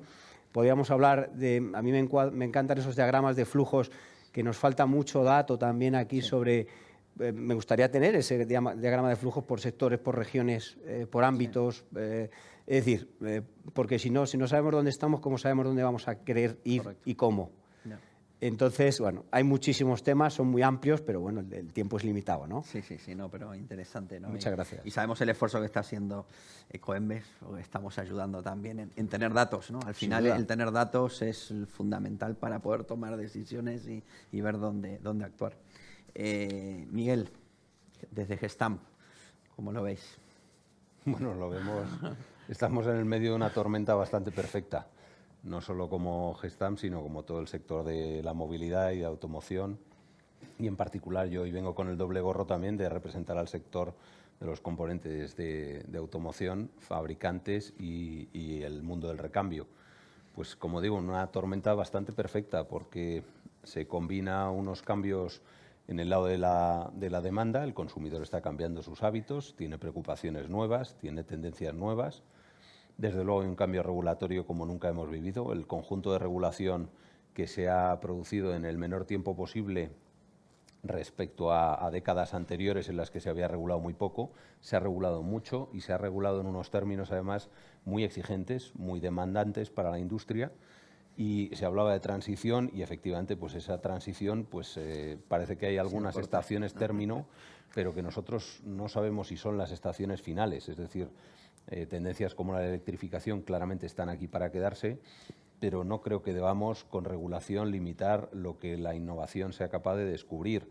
es decir, apostar por una neutralidad tecnológica en cuanto a cómo alcanzar los objetivos, siendo radicalmente ambiciosos en los objetivos, pero sin necesidad de ser tajante en las maneras de alcanzarlos, porque creo que uno de los frenos principales que podemos poner a la innovación es regularla. Creo que nosotros hemos demostrado como sector, hoy para los que no lo tengan así de claro, el 75% de un vehículo, de cualquier vehículo de los que circulan por nuestras carreteras, el valor añadido lo generamos los proveedores en un 75%, es decir, gran parte de lo que está generándose como valor añadido agregado, donde la innovación es una parte importantísima, y desde hace muchos años este sector donde innova mucho es precisamente en todo lo que tiene que ver con lo que estamos hablando hoy. Si lo llevo al caso concreto de mi compañía, por hablar de lo que más conozco, pues claramente el aligeramiento de peso es algo que está en la esencia de nuestro nacimiento. Hemos puesto siempre la innovación necesaria para conseguir que ese aligeramiento de peso redunde claramente en una emisión menor o en un rango mayor de baterías en el caso de los vehículos eléctricos. Y el segundo gran ámbito de actuación, lo que sería nuestro propósito al final, es fabricar vehículos más ligeros y más seguros. Y la seguridad tiene que ver con que las piezas que fabricamos en Gestamp son las piezas que hacen la estructura de los vehículos. Son normalmente lo que puede significar la diferencia entre vivir o no en una desgracia en caso de un accidente, ¿no? Entonces, yo creo que todos entendemos que lo que hacemos es muy importante. Si además le damos la consideración de que este sector está en pleno debate social, en el cual parece ser pues, culpabilizado de muchas de las cosas que probablemente son problemas que hay que solucionar, pero me parece que a veces olvidamos que este sector es más parte de la solución que del problema. Nosotros somos los primeros que hemos reducido emisiones, que hemos hecho motores más eficientes, que estamos pensando en algo que ya ni siquiera sean motores de combustión, que estamos probando todas las tecnologías disponibles, los biocombustibles, tecnologías como el hidrógeno. Todo eso está viniendo del lado de la oferta. Y como digo, una tormenta perfecta porque en ese momento en el que las cosas empezaban a funcionar en esa línea, estábamos todos enfocados, pues llegó el COVID y nos obligó a parar a todos. Esta industria también se enfocó en dar soluciones desde la innovación y la tecnología para el COVID, es decir, en muchas plantas de automoción nos hemos cambiado el sombrero y nos hemos puesto a fabricar respiradores o máscaras de protección o material EPIs. Claramente hemos sido un ejemplo de sector que ha sido capaz de volver a la fabricación con una protocolización de los manuales de seguridad en acuerdo perfecto entre sindicatos, patronales y administración. Pero cuando estábamos ahí y ya parecía otra vez que volvíamos a ver la luz, pues ha llegado la crisis de los semiconductores y nos hemos dado cuenta de cómo las cadenas de valor nos tenían a todos en una situación mucho más vulnerable de lo que parecía. Hoy el concepto de sostenibilidad también lo estamos aplicando a ese ámbito de lo que sería la soberanía industrial, la autonomía estratégica, y creo que ahí hay mucho por hacer todavía. Entonces, retos tenemos todos, compromiso lo tenemos máximo, la innovación es en este sector el 4% de la facturación, lo cual nos hace un sector netamente innovador. Junto con la farma probablemente somos los sectores que más están apostando por ello, y hoy diría que toda esa innovación está eminentemente centrada en torno a esos factores ESG, siendo la E muy importante, pero no el único. Perfecto, Miguel, muy interesante perspectiva. Pues vuelvo, yo creo que voy a volver a Enrique para tocar el otro tema que casi lo toca, pero bien, porque claro, claramente Enrique viene del mundo de la tecnología, como nosotros, y la pregunta es obligada, ¿no? Nos comentaba de las emisiones netas para el 2050 y la pregunta es cómo se correlaciona, ¿no? Ese objetivo y el programa digital, que entre otros estás dirigiendo tú. Sí, y no estaba preparado, pero es que fijaos que hace 5 años nos costaba explicar por qué la digitalización y la sostenibilidad eran dos caras de la misma moneda, y sí, hoy la verdad es que está en todos los discursos, está en todas las presentaciones. Las 2 últimas láminas que nos han presentado desde Bruselas, me las he hecho la foto, digo, para eso, para hacer un poco de memoria, ¿no? Decir, mira, menos mal que parece que esto se va entendiendo. Bueno, están íntimamente relacionados, ¿no? Y aquí a mí me gusta decir que cuando hablamos de sostenibilidad hay una tendencia natural a hablar únicamente de descarbonización dentro de la sostenibilidad, y podemos tener esa conversación, pero yo creo que no solo, ¿no? Los objetivos de desarrollo sostenible, la rueda de los 32 SGs, tiene una visión de sostenibilidad mucho más amplia, en el que va no solo la calidad del aire, va la calidad del agua, va al desarrollo cultural, desarrollo humano, y hay muchísimos elementos. Entonces esto nosotros lo tenemos muy medido. Nuestro programa de digitalización, que incluye más de 350 iniciativas, más de la mitad de ellas están vinculadas de una u otra forma con objetivos de los ODS, de los Objetivos de Desarrollo Sostenible. Nuestro informe de sostenibilidad cada año dedica un capítulo específicamente a esta relación entre tecnología, innovación, digitalización y sostenibilidad. Y si hablamos más específicamente en materia de descarbonización y de reducción de emisiones, antes he hecho alguna introducción, pero de nuevo, cada negocio puede encontrar ejemplos para ello. Yo creo que hoy en día hablar de digital para mucha gente, y es una buena idea mental, es hablar de datos, es hablar de data, es hablar de data analytics. Yo siempre digo que está muy bien hablar de datos, también hay que hablar de cliente y de experiencia de cliente, que también es mucho de digital, ¿no? Entonces, yo creo que desde el punto de vista de datos, en los entornos más manufactureros, más fabriles, más industriales, tenemos claro el papel que juegan esos datos para ayudar a que las operaciones sean más eficientes y, por tanto, más sostenibles, más descarbonizadas, más eficientes energéticamente. Junto con Gestamp somos socios fundadores del primer consorcio para el fomento de la inteligencia artificial en la industria española, Indesia, que fundamos hace unos pocos meses y que preside mi jefe, nuestro director corporativo de digitalización y servicios globales, que es Valerio Marín. Y bueno, pues estamos grandes compañías empeñados en insistir ante la sociedad española y ante la industria española que los datos y la inteligencia artificial tienen un papel vital que jugar en este proceso de descarbonización y de sostenibilidad. Y de vuelta, en el mundo cliente, lo he introducido antes, pero quiero incidir en esta idea. Los clientes tenemos que ser, queremos ser, y desde Repsol tenemos la visión de acompañarles en este proceso, parte de la solución del proceso. Y tenemos que desarrollar, igual que las compañías de seguros médicos quieren que sus clientes tengan hábitos de vida sostenible, y no sé si las compañías de alimentación no sostenible tienen las mismas intenciones que las compañías de seguros médicos en relación a sus clientes. Nosotros, en este caso, lo que os podemos decir es que somos una compañía que vende un producto, pero que tenemos el mayor interés en que los clientes hagan el mejor uso, el más sostenible, más eficiente de ese producto, ¿vale? No nos hace especialmente ilusión vender más gas para calentar una casa que está mal aislada térmicamente, ¿vale? Y no nos hace especial ilusión vender combustible para un vehículo no eficiente o con una etiqueta no correcta, ¿verdad? Igual que estamos convencidos de que para aquellos que lo son y que tienen la etiqueta correcta, pues ese combustible, un fuel sintético o nuestros propios fueles bien explicados, tienen todo el papel y todo el lugar. Por tanto, de nuevo, quedaos con la idea de que estamos en un proceso de transición en el que necesitamos el concurso y la concurrencia de todas las tecnologías físicas, tecnologías de hardware, pero también tecnologías lógicas, tecnologías de la información, datos, analítica, experiencia de cliente, y lo digital está ahí, ¿no? Y ya, si quieres, para el final, os dejo una idea que antes mencionaba Ángel, ¿no? En relación a nuestra relación con Minsight.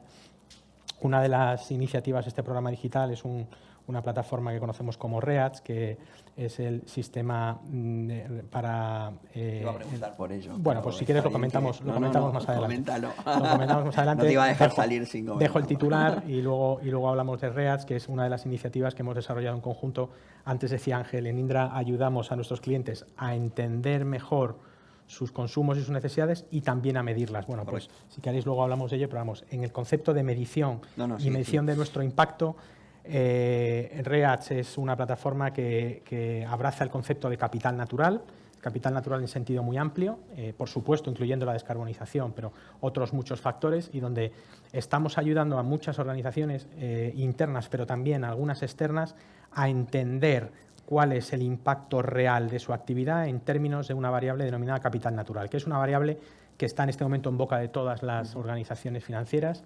BlackRock ha emitido hace muy poco un informe donde declara que no va a invertir en una compañía que no tenga un análisis de impacto de capital natural, ¿no? Entonces, estamos todos de acuerdo, nos parece muy bien, decimos, oye, pero esto del capital natural, que está más o menos, sabemos lo que es, pero esto exactamente cómo se mide, qué implicaciones tiene, cómo puedo hacer un seguimiento sistemático, ordenado de todo el impacto de mi actividad en términos de capital natural. Bueno, pues REACH ayuda a organizaciones de muchos sectores, energético y no solo energético, a tener ese cómputo, esa contabilidad y ese tracking de cuál es tu impacto en términos de capital natural en los distintos vectores o los distintos ejes donde desarrollas tu actividad, y de ahí que sea algo y un producto, un activo que hemos desarrollado conjuntamente y que nos hemos asociado para su comercialización ante terceros, del que estamos muy esperanzados, muy orgullosos y con muchas ganas de No, y nosotros convertirlo más. forma parte de esa cartera de soluciones que comentaba antes, ¿no? Que tenemos en la línea de sostenibilidad digital y bueno, nos hace, vamos, creemos que es realmente un cañón, ¿no? O sea, esperamos que nos vaya muy bien y bueno, y es un ejemplo también de coinnovación, digamos, entre la industria y una empresa tecnológica como nosotros. Tal cual. Y bueno, relacionado con eso, también con la tecnología, pero comentabas un poco antes, Julio, la necesidad que vosotros tenéis de generar ese ecosistema, ¿no? Porque trabajáis con la administración, el cliente, el ayuntamiento, el que va a recoger el residuo, etcétera, ¿no? Tenéis una necesidad clara de juntar a todos, digamos, en una plataforma. Ya me molesto y estoy poniendo terminología más TI, pero bueno, abundando sobre eso, ¿no? ¿Qué papel juega la tecnología, ¿no? Que entiendo que es una parte muy relevante para poder generar ese ecosistema que estáis generando, ¿no? Sí, absolutamente. O sea, desde el inicio, y si os podéis imaginar la cantidad de interacciones que puede haber entre tanto de flujos financieros como de información entre 12.500 empresas y, por otro lado, 17 comunidades autónomas, multitud, decenas de cientos de operadores de servicios, pues podéis imaginar que, lógicamente, necesitamos una plataforma digital potente y una apuesta por la digitalización. No solo en hacer digitales, sino en ser digitales, que es a lo que vamos, de arrastrar al ecosistema con nosotros, ¿no? Y de impulsar. Porque evidentemente no podemos ser digitales nosotros mismos, ¿no? en nuestro cubículo, ¿no? Es decir, estamos en medio de una cadena y lógicamente tenemos que impulsar esa digitalización global, ¿no? Me vienen a la cabeza proyectos muchos, ¿no? Con vosotros tenemos dos que a mí me parecen de gran trascendencia. Uno que denominamos Smart Waste, que trabajamos con Minsait hace años, y otro que denominamos Circular Chain. Todos ellos van encaminados a distintas fases de los procesos de reciclaje completos, desde la recogida hasta el tratamiento y el reciclado posterior. Y esa puesta en común, ese compartir, esa mejorar la trazabilidad, la interoperabilidad entre cada uno de los agentes que funciona la cadena. Entonces, son herramientas que ya están teniendo su implantación efectiva, es decir, ya están funcionando, ya son realidades y que necesitamos que, lógicamente, tirar de todo el ecosistema para que vayan dotándose de la dimensión que nos gustaría, ¿no? A corto plazo, ¿no? Evidentemente, los marcos de desarrollo son esos, es el digital y es la circularidad de nuestra economía, con lo cual son absolutamente indisolubles, ¿no? Nosotros ponemos también mucho acento en esa innovación tecnológica permanente. Hace 5 años casi, en mayo del 17, creamos el primer laboratorio de economía circular, que denominamos de Circular Lab, que está en la ciudad de Logroño, como un centro neurálgico de coinnovación en términos global en el ámbito de la economía circular, ¿no? Donde ya casi se han desarrollado más de 150 proyectos en todos los sentidos, donde es un punto de conexión y de conectividad muy grande entre todos los agentes de la cadena, y muchos de los procesos que lógicamente se desarrollan están en el ámbito de la digitalización, de llevar el Internet de las cosas, por ejemplo, a determinados procesos, a recogida de datos, donde hablamos que todavía queda mucho, incluso esos KPIs de seguimiento, ¿no? Es decir, antes no sé si ha comentado William, pero si estamos en un 12% en España, 1 o 2 puntos inferior en tasa global de circularidad. Bueno, quiero saber cómo voy el año que viene, claro, y dónde tengo que apalancarme para profundizar en ello, ¿no? Sí. Entonces, desde luego, es el camino y hay que seguir profundizando en ello. Y lo que decía, no solo, sino tratando de tirar de todo el ecosistema global, donde el papel de la administración pública también tiene mucho que decir, evidentemente, ¿no? Antes hablábamos de la compra pública y verde, hablaba William de la compra pública y verde y de que tiene que ser esa palanca, ese tirar hacia arriba, ¿no? Lógicamente, ¿no? Con el volumen de contratación que tiene, así debe ser, ¿no? Bueno, todos esperamos, ¿no? El Sin PERTE duda. de economía circular, a ver, ¿no? Todos Sí. estamos esperando a ver también que la administración nos ayude, ¿no? A todos, a crear esas plataformas que Coembes lo tienen muy conceptualizado y estamos trabajando con vosotros muy bien. Así es. Miguel, bueno, comentaba sobre todas las iniciativas que se están llevando desde Gestamp. No sé, conocer alguna iniciativa, ¿no? que estáis trabajando para llegar a buena reducción de emisiones, al net zero. Supongo que tenéis, bueno, dependerá un poco del segmento, del producto, etcétera. Algunos serán más difíciles, más fáciles, pero bueno, por ilustrarnos alguna iniciativa en esa línea, ¿no? Bueno, pues puedo hacer un pequeño recorrido. Primero, como sector, yo diría que la iniciativa que como sector hemos hecho colectiva más importante hasta ahora ha sido la elaboración de un libro blanco sobre lo que el sector ha hecho y lo que está haciendo y lo que quiere hacer en materia de sostenibilidad.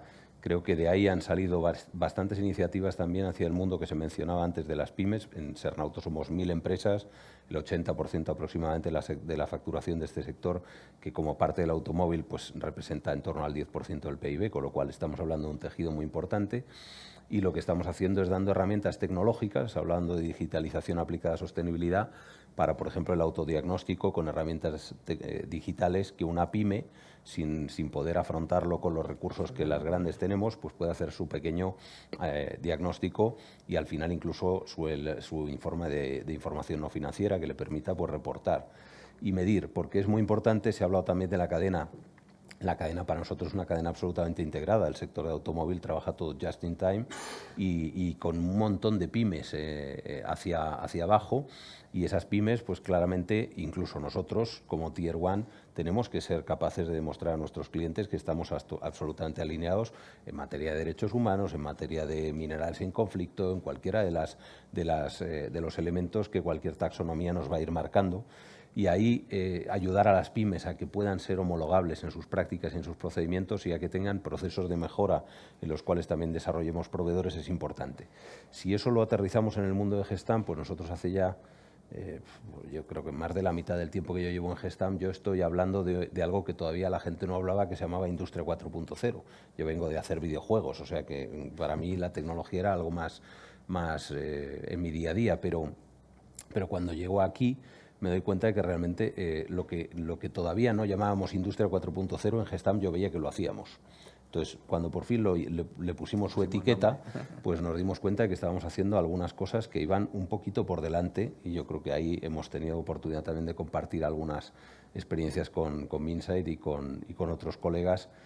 Y uno de los ámbitos donde primero empezamos fue el de la eficiencia energética. Nosotros lo que hicimos fue básicamente sensorizar. Somos una industria, no somos electrointensivos, pero consumimos energía para la transformación del acero en otros procesos, por ejemplo la estampación en caliente, que es lo que nos permite aligerarlo, y claramente es un proceso que consume y genera energía.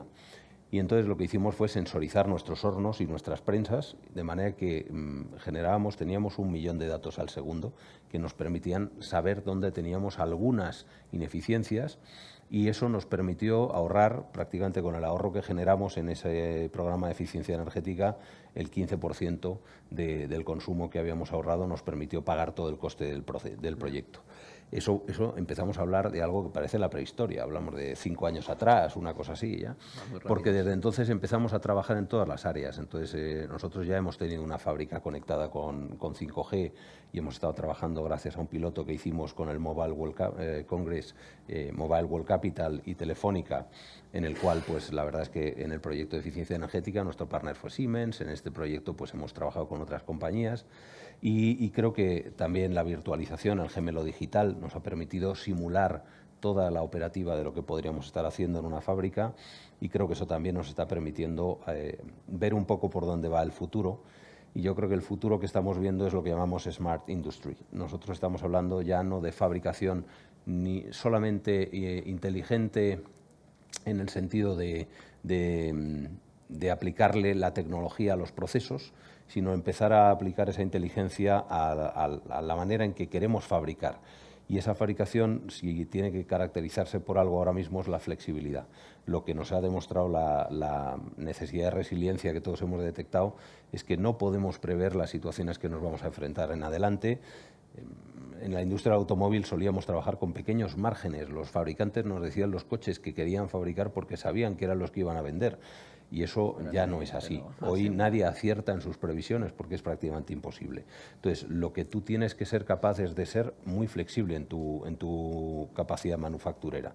Eso es en lo que estamos trabajando y ahí la tecnología está absolutamente aplicada. Pero tienen que ser fábricas que, por supuesto, tienen que ser eficientes, que tienen que ser muy humanas, porque un factor importantísimo, estamos hablando mucho de la tecnología, pero la tecnología, si deja a las personas al margen, va a ser una tecnología que va a dejar de ser sostenible, aunque pueda ser eficiente, va a dejar de ser sostenible porque vamos a dejar detrás gente que se queda descolgada en el proceso. Entonces, todo lo que va a acompañar ese proceso en upskilling, en reskilling, todo lo que tiene que acompañar ese proceso en ayudar a que la persona siga estando en el centro va a ser muy importante y, desde luego, creo que ese es el futuro por el que nosotros estamos apostando, una industria que ya no es 4.0, es un 4.0 a la S, o sea, es un 4.0 elevado a la sostenibilidad, porque si no, no creemos que vaya a ser la industria que en el futuro necesitamos y, desde luego, es la única industria que Europa puede aspirar a tener.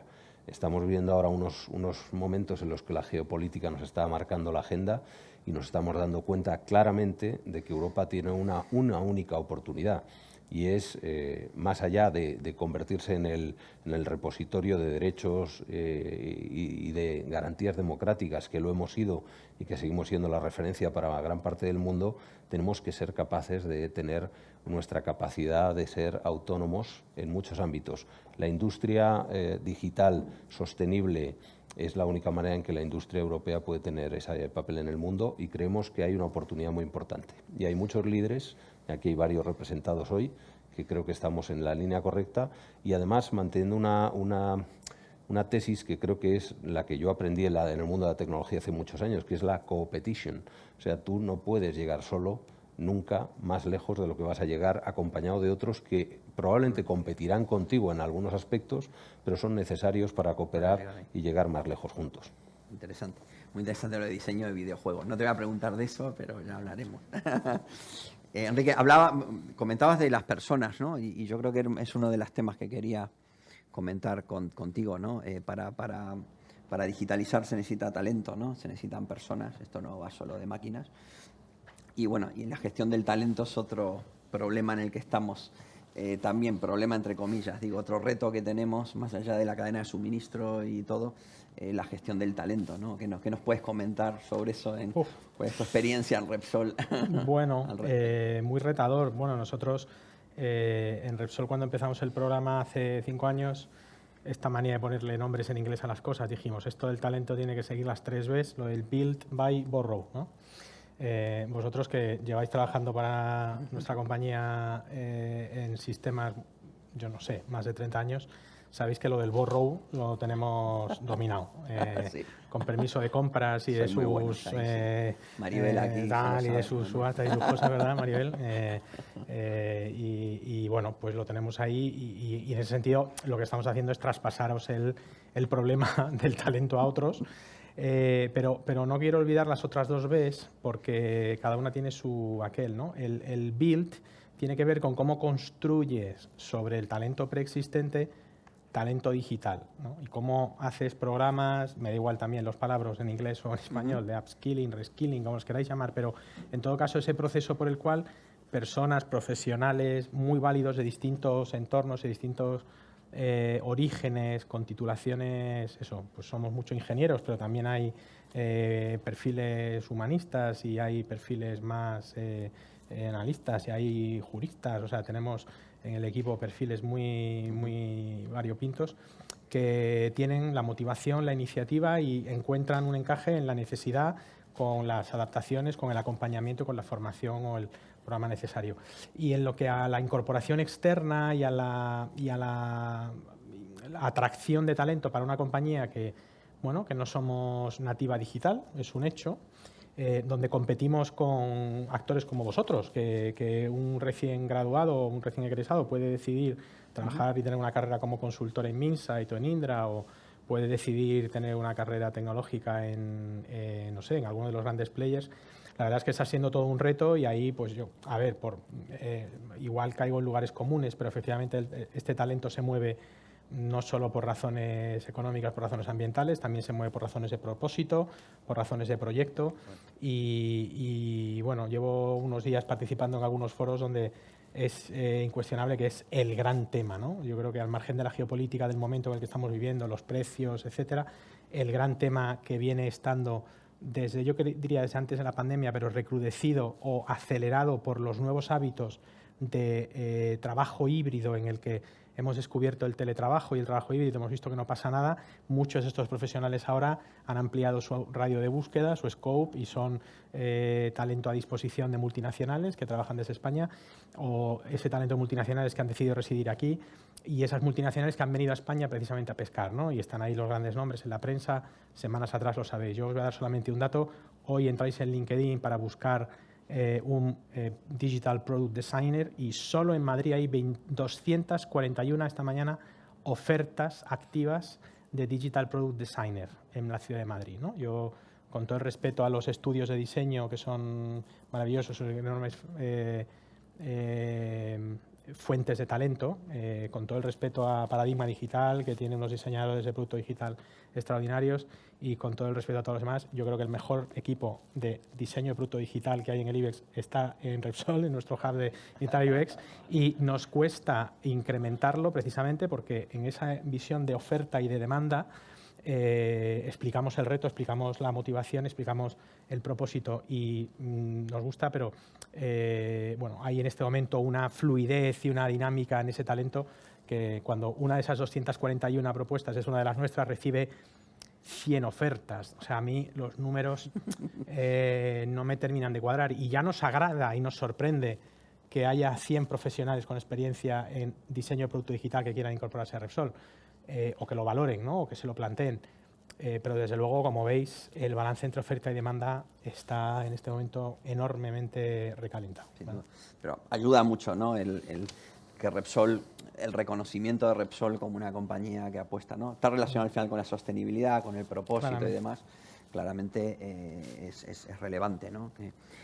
Yo tenía una pregunta preparada aquí, claramente por el tipo de compañía que es Ecoembes, ¿no?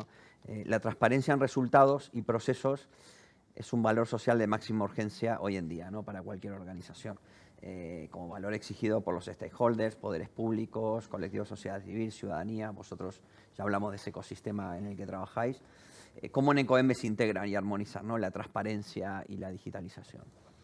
Bueno, pues evidentemente, como artífices o como facilitadores de este sistema, de esta cadena de valor, o de este alineamiento de distintos sectores que trabajan con un objetivo común, tenemos lógicamente que mostrar cuál es la trazabilidad o cuál es la contribución de cada sector de la forma más transparente posible, ¿no? Y atender las demandas que son muy diversas, porque no es lo mismo la demanda de un ciudadano que colabora diariamente en la recogida selectiva, que el de una empresa que aporta anualmente una contribución para que esto sea así, de un ayuntamiento que diseña un sistema de containerización concreto, ni de una empresa recicladora que tiene unos procesos de reciclado que quiere invertir o que quiere modelar o modular en función de lo que va a venir, ¿no? Como la incorporación de material reciclado a los productos, etcétera, ¿no?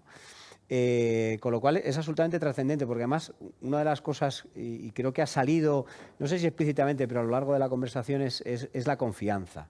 ¿Qué es la confianza? Y la confianza hoy en día es algo que lógicamente va a estar detrás de cualquier organización, de cualquier actividad. Y esa confianza, lógicamente, hay que ganarla permanentemente, ¿no? Y para ello tienes que atender las demandas de cada uno de los stakeholders, ¿no? En nuestro caso, fijaros que hace poco hemos inaugurado incluso un portal de transparencia, que así se llama, donde después de un proceso largo de casi un año de escucha activa con distintos sectores, hemos diseñado un portal de transparencia que responda a esas necesidades. Es decir, porque es una actividad compleja en la que estamos inmersos y tenemos que tratar de mostrarlo y hacer didáctica para que se nos comprenda de la mejor forma posible, ¿no? Entonces, es fundamental y hay que trabajar cada vez más en esa línea. Nosotros tenemos lo que hablábamos, ¿no? Nuestra capacidad de transparentarnos, pero necesitamos que otros también lo hagan, empujar a todo el ecosistema, ¿no? Y antes hablaba de la colaboración privada-privada, hemos hablado de la colaboración público-privada. Tenemos que cambiar determinados modelos de comportamiento de búsqueda de consensos, de compartir información, absolutamente, porque es que si no, no vamos a poder avanzar al ritmo absolutamente que nos está marcando la normativa. Que antes hablábamos de la secuencia normativa, si es que es inminente, ya viene aquí la siguiente ley, y viene aquí la siguiente ley de ecodiseños, hablábamos, y viene aquí el empoderamiento del consumidor y los ecolabel de indicadores de la sostenibilidad o la reciclabilidad de un producto, es decir, pero es que los márgenes de tiempo son tan nimios que evidentemente necesitamos trabajar en esa línea. Nosotros es absolutamente capital trabajar en la confianza, que tiene mucho que ver con la reputación, y trabajar en atender la cantidad de demandas.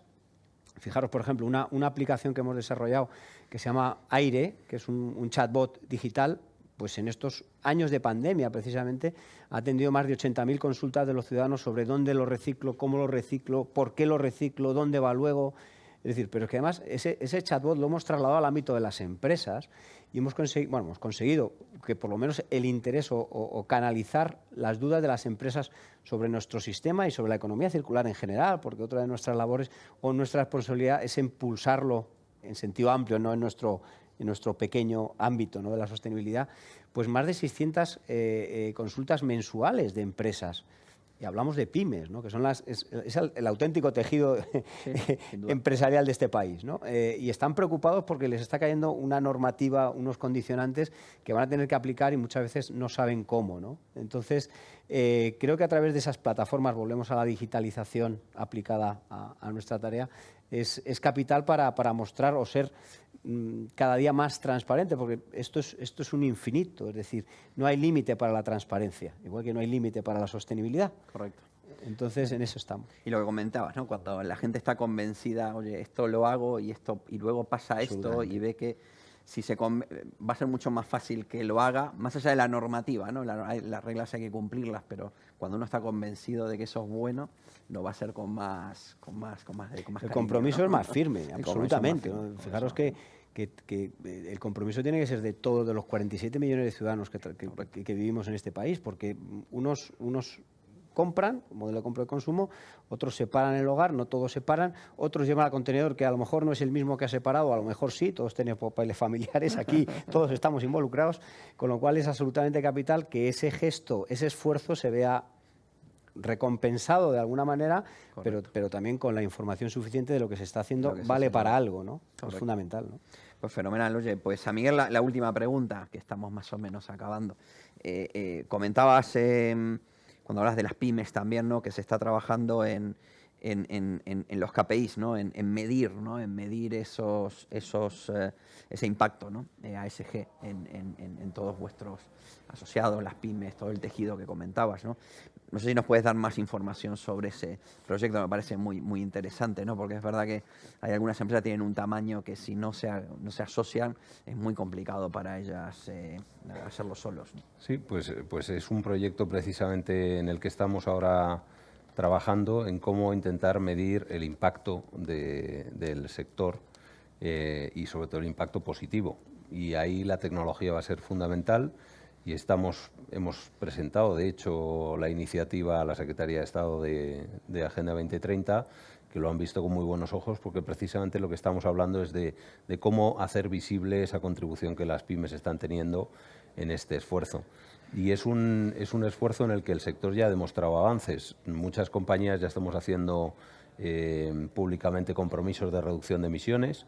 Nosotros, para nuestros clientes, somos en gran medida parte del Scope 3, con lo cual nos obliga a ser más eficientes también nosotros, y claramente toda la cadena de nuestros proveedores le ocurre lo mismo. Entonces, si somos capaces con la tecnología de visualizar, es un proyecto que estamos nada más que iniciando, o sea que todavía no te puedo dar más que la perspectiva de lo que creemos que podemos llegar a alcanzar, pero claramente la visualización de qué están haciendo esas 1000 empresas del sector y muchas de su cadena, y poder ponerle ese impacto social, ese impacto ambiental, unas cifras y unos indicadores, es el camino para empezar a corregir y a empezar a monitorizar realmente si estamos consiguiendo los objetivos.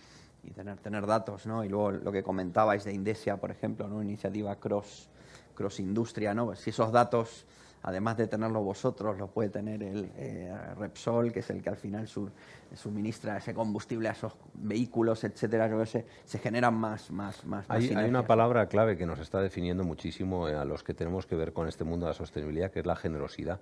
Yo creo que casi nadie está haciendo las cosas por sí mismo, ni para sí mismo, ni solo por lo que le va en ello. Entonces, creo que eso es una mentalidad que está siendo muy buena para el mundo empresarial, que es una mentalidad que venía del mundo de las startups, que muchas veces estaba en los que todavía no se jugaban mucho más que existir o no existir, que ya es bastante, pero parece que te haces muy conservador cuando tienes más en juego.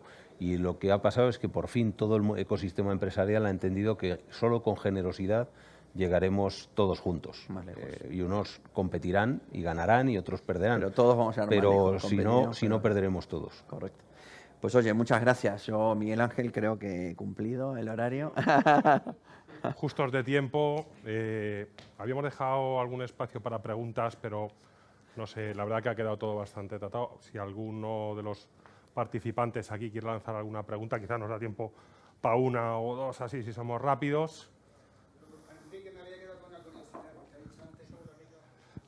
Sí. Para que te escuche el online, te hará falta micro.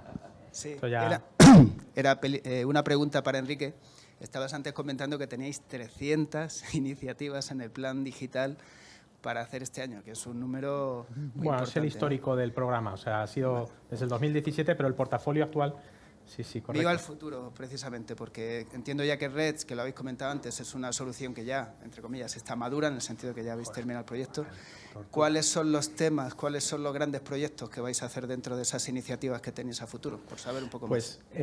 Bueno, gracias por la pregunta, porque me permite hablar de un concepto que antes no he hablado, que es el de segunda ola digital. Os conté que el primer programa se fue en el 2017, como contó antes Leo, y iba por un periodo de 5 años, 18-22, con una serie de objetivos y de dinámicas. Es verdad que el número de iniciativas puede parecer abultado y ahí hay una conversación y hay una reflexión de si no son muchas y el que mucho abarca poco aprieta, podemos ahí todo el refranero tirar de él. Lo cierto es que Repsol tomó una decisión muy firme de digitalizarse y de transformar no solo la compañía, sino también las formas de trabajar, y decidimos hacerlo practicando. Es una compañía muy grande, 24 países, como digo, 5 unidades de negocio, el área de generación renovable, que no he mencionado antes, pero que todos los negocios de generación renovable son incipientes, es decir,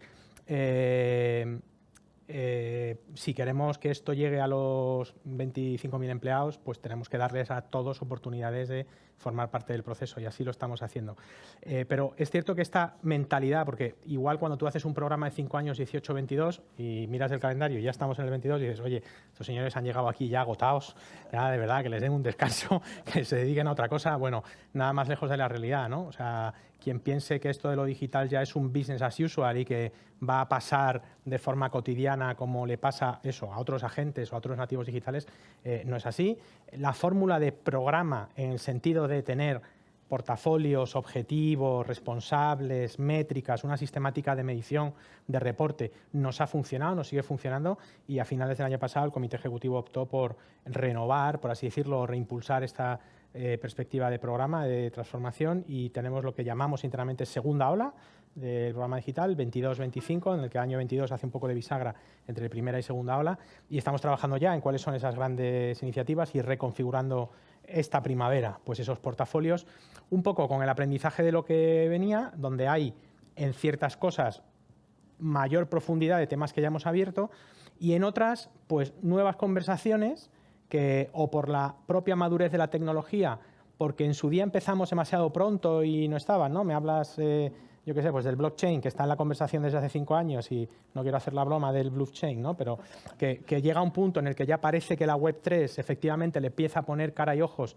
a ciertos casos de uso, de la tokenización de ciertas cosas, y es una conversación que nos interesa todo y que estamos a tope con ella. Entonces, yo creo que tanto el progreso tecnológico como nuestro aprendizaje, nuestras necesidades, nos dan pista. No te digo muchas más cosas concretas porque estamos en ese proceso de elaboración, pero yo creo que con los pies en el mundo y el estado del arte actual es fácil pensar que los grandes temas que están en la propia actualidad de Minsight y de otras compañías van a estar ahí. Mucho dato, mucha inteligencia artificial, mucha experiencia de usuario, mucha omnicanalidad y alguna nueva tecnología habilitada por cuestiones pues eso, como el 5G, blockchain, etcétera, que seguramente van a tener su papel. Ha habido ahí un par de manos que han pedido, tiene que ser pregunta rápida, si quieres, Antonio. Micro, ahí, sí. Para Julio de Coembes. A ver, hemos hablado antes de la transición a la circularidad de la economía, ¿no? O habéis hablado. ¿Qué es lo que falta realmente para alcanzar esa circularidad? ¿Solo regulación, más tecnología, más implicación, más generosidad, como decía Miguel? ¿Cómo se conecta con el ciudadano y cómo se incentiva al ciudadano a través de las nuevas tecnologías? ¿Qué estáis haciendo vosotros para alcanzar esa circularidad? Bueno, respondo muy brevemente también porque además tenemos una nueva plataforma, una nueva aplicación que se llama Reciclos, que precisamente pretende incentivar conductas hacia el reciclaje positivas, incentivarlas con incentivos sociales y ambientales, evidentemente, a través de una tecnología digital. Es decir, y ya está presente además en todas las comunidades, en municipios de todas las comunidades españolas, más de 4 millones de habitantes tiene disponibilidad. Es decir, se trata de ese compromiso que hablábamos antes, fortalecerlo y amplificarlo en lo que sea posible, porque evidentemente nos queda por llegar mucho más. Hablábamos antes de los objetivos marcados en normativa, lo ambiciosos que son y el corto espacio de tiempo para lograrlos. Lógicamente tenemos que seguir activando a aquellos que todavía no reciclan, por ejemplo, en este caso, o aquellos que no reciclan plenamente bien, separando la recogida selectiva es uno de los pilares también de la economía circular. Con lo cual, seguimos incentivando en este caso a través del desarrollo tecnológico y la innovación, porque es una innovación que nació en el Circular Lab de Logroño precisamente, y con un gran desarrollo por ahora. Creo que es absolutamente el capital el que poner en el centro, como hablábamos antes, al ciudadano consumidor, porque es él el que puede motivar este cambio que estamos todos, por lo menos, impulsando desde aquí, ¿no? Es absolutamente capital que sea el consumidor quien lo haga. La experiencia del usuario, ¿no? Lo comentaba también sí. Enrique, y Mike también lo comentaba, ¿no? El que va a la gasolinera a echar energía, en este caso eléctrica, y son 10 minutos. ¿Y qué hago para que esos 10 minutos se le pasen rápido y tenga, ¿no? Eso es súper relevante, ¿no? Que involucrar a las personas. Por aquí, bueno, al final ya está, pues yo creo que acabamos la mesa. Muchas gracias, Enrique, Julio, Miguel. Muchas gracias. Gracias. Gracias a todos. Bueno, acabamos la mesa y acabamos el evento, que nos hemos tirado 2 horitas, casi sharp, no hemos cumplido por un par de minutos, pero bueno, yo creo que nos hemos atenido bastante al tiempo. Bueno, en mi opinión ha sido muy interesante, ¿qué voy a decir yo por otro lado? Pero ciertamente, ¿no?, las distintas visiones que hemos podido ver, ¿no?, desde la más inspiracional de Ángel Bonet, ¿no?, más desde el mundo del propósito, ¿no?, y de la visión, pasando luego, ¿no?, por el aterrizaje a compañías tecnológicas, como hemos incorporado esto en nuestra forma de hacer negocios, ¿no?, Intel con Michael, Leo también, ¿no?, nosotros aquí en Fidital. William, ¿no?, nos ha dado también un barniz, no solo donde estamos, sino lo que viene. Esto, si pensamos que ya habíamos cumplido, pues no, esto es otra y otra y otra. Pero bueno, por una buena causa, ¿no? Es por una buena causa, como veíamos ahora con nuestros amigos, ¿no?, de Repsol, de Gestamp, de Coembes, donde esto sí que es un business as usual, ¿no? Esto no está disociado de la actividad, es un ingrediente más para fichar a gente, para retenerla, para satisfacer a nuestros clientes, bueno, a nuestros accionistas. Esto es un 360, ¿no? Y es lo que queríamos contaros, tanto a los que estáis aquí, muchísimas gracias por venir, como a los que nos habéis aguantado un par de horas en remoto. Es el primero de, esperemos, una serie también de eventos de esta categoría. Este ha sido sostenibilidad, es el primero, como comentaba Leo, que queremos hacer, pero haremos también otros similares con otros socios, otros amigos y otras temáticas en los próximos meses. Esperemos que haya sido de utilidad a todos vosotros y muchas gracias por vuestra presencia.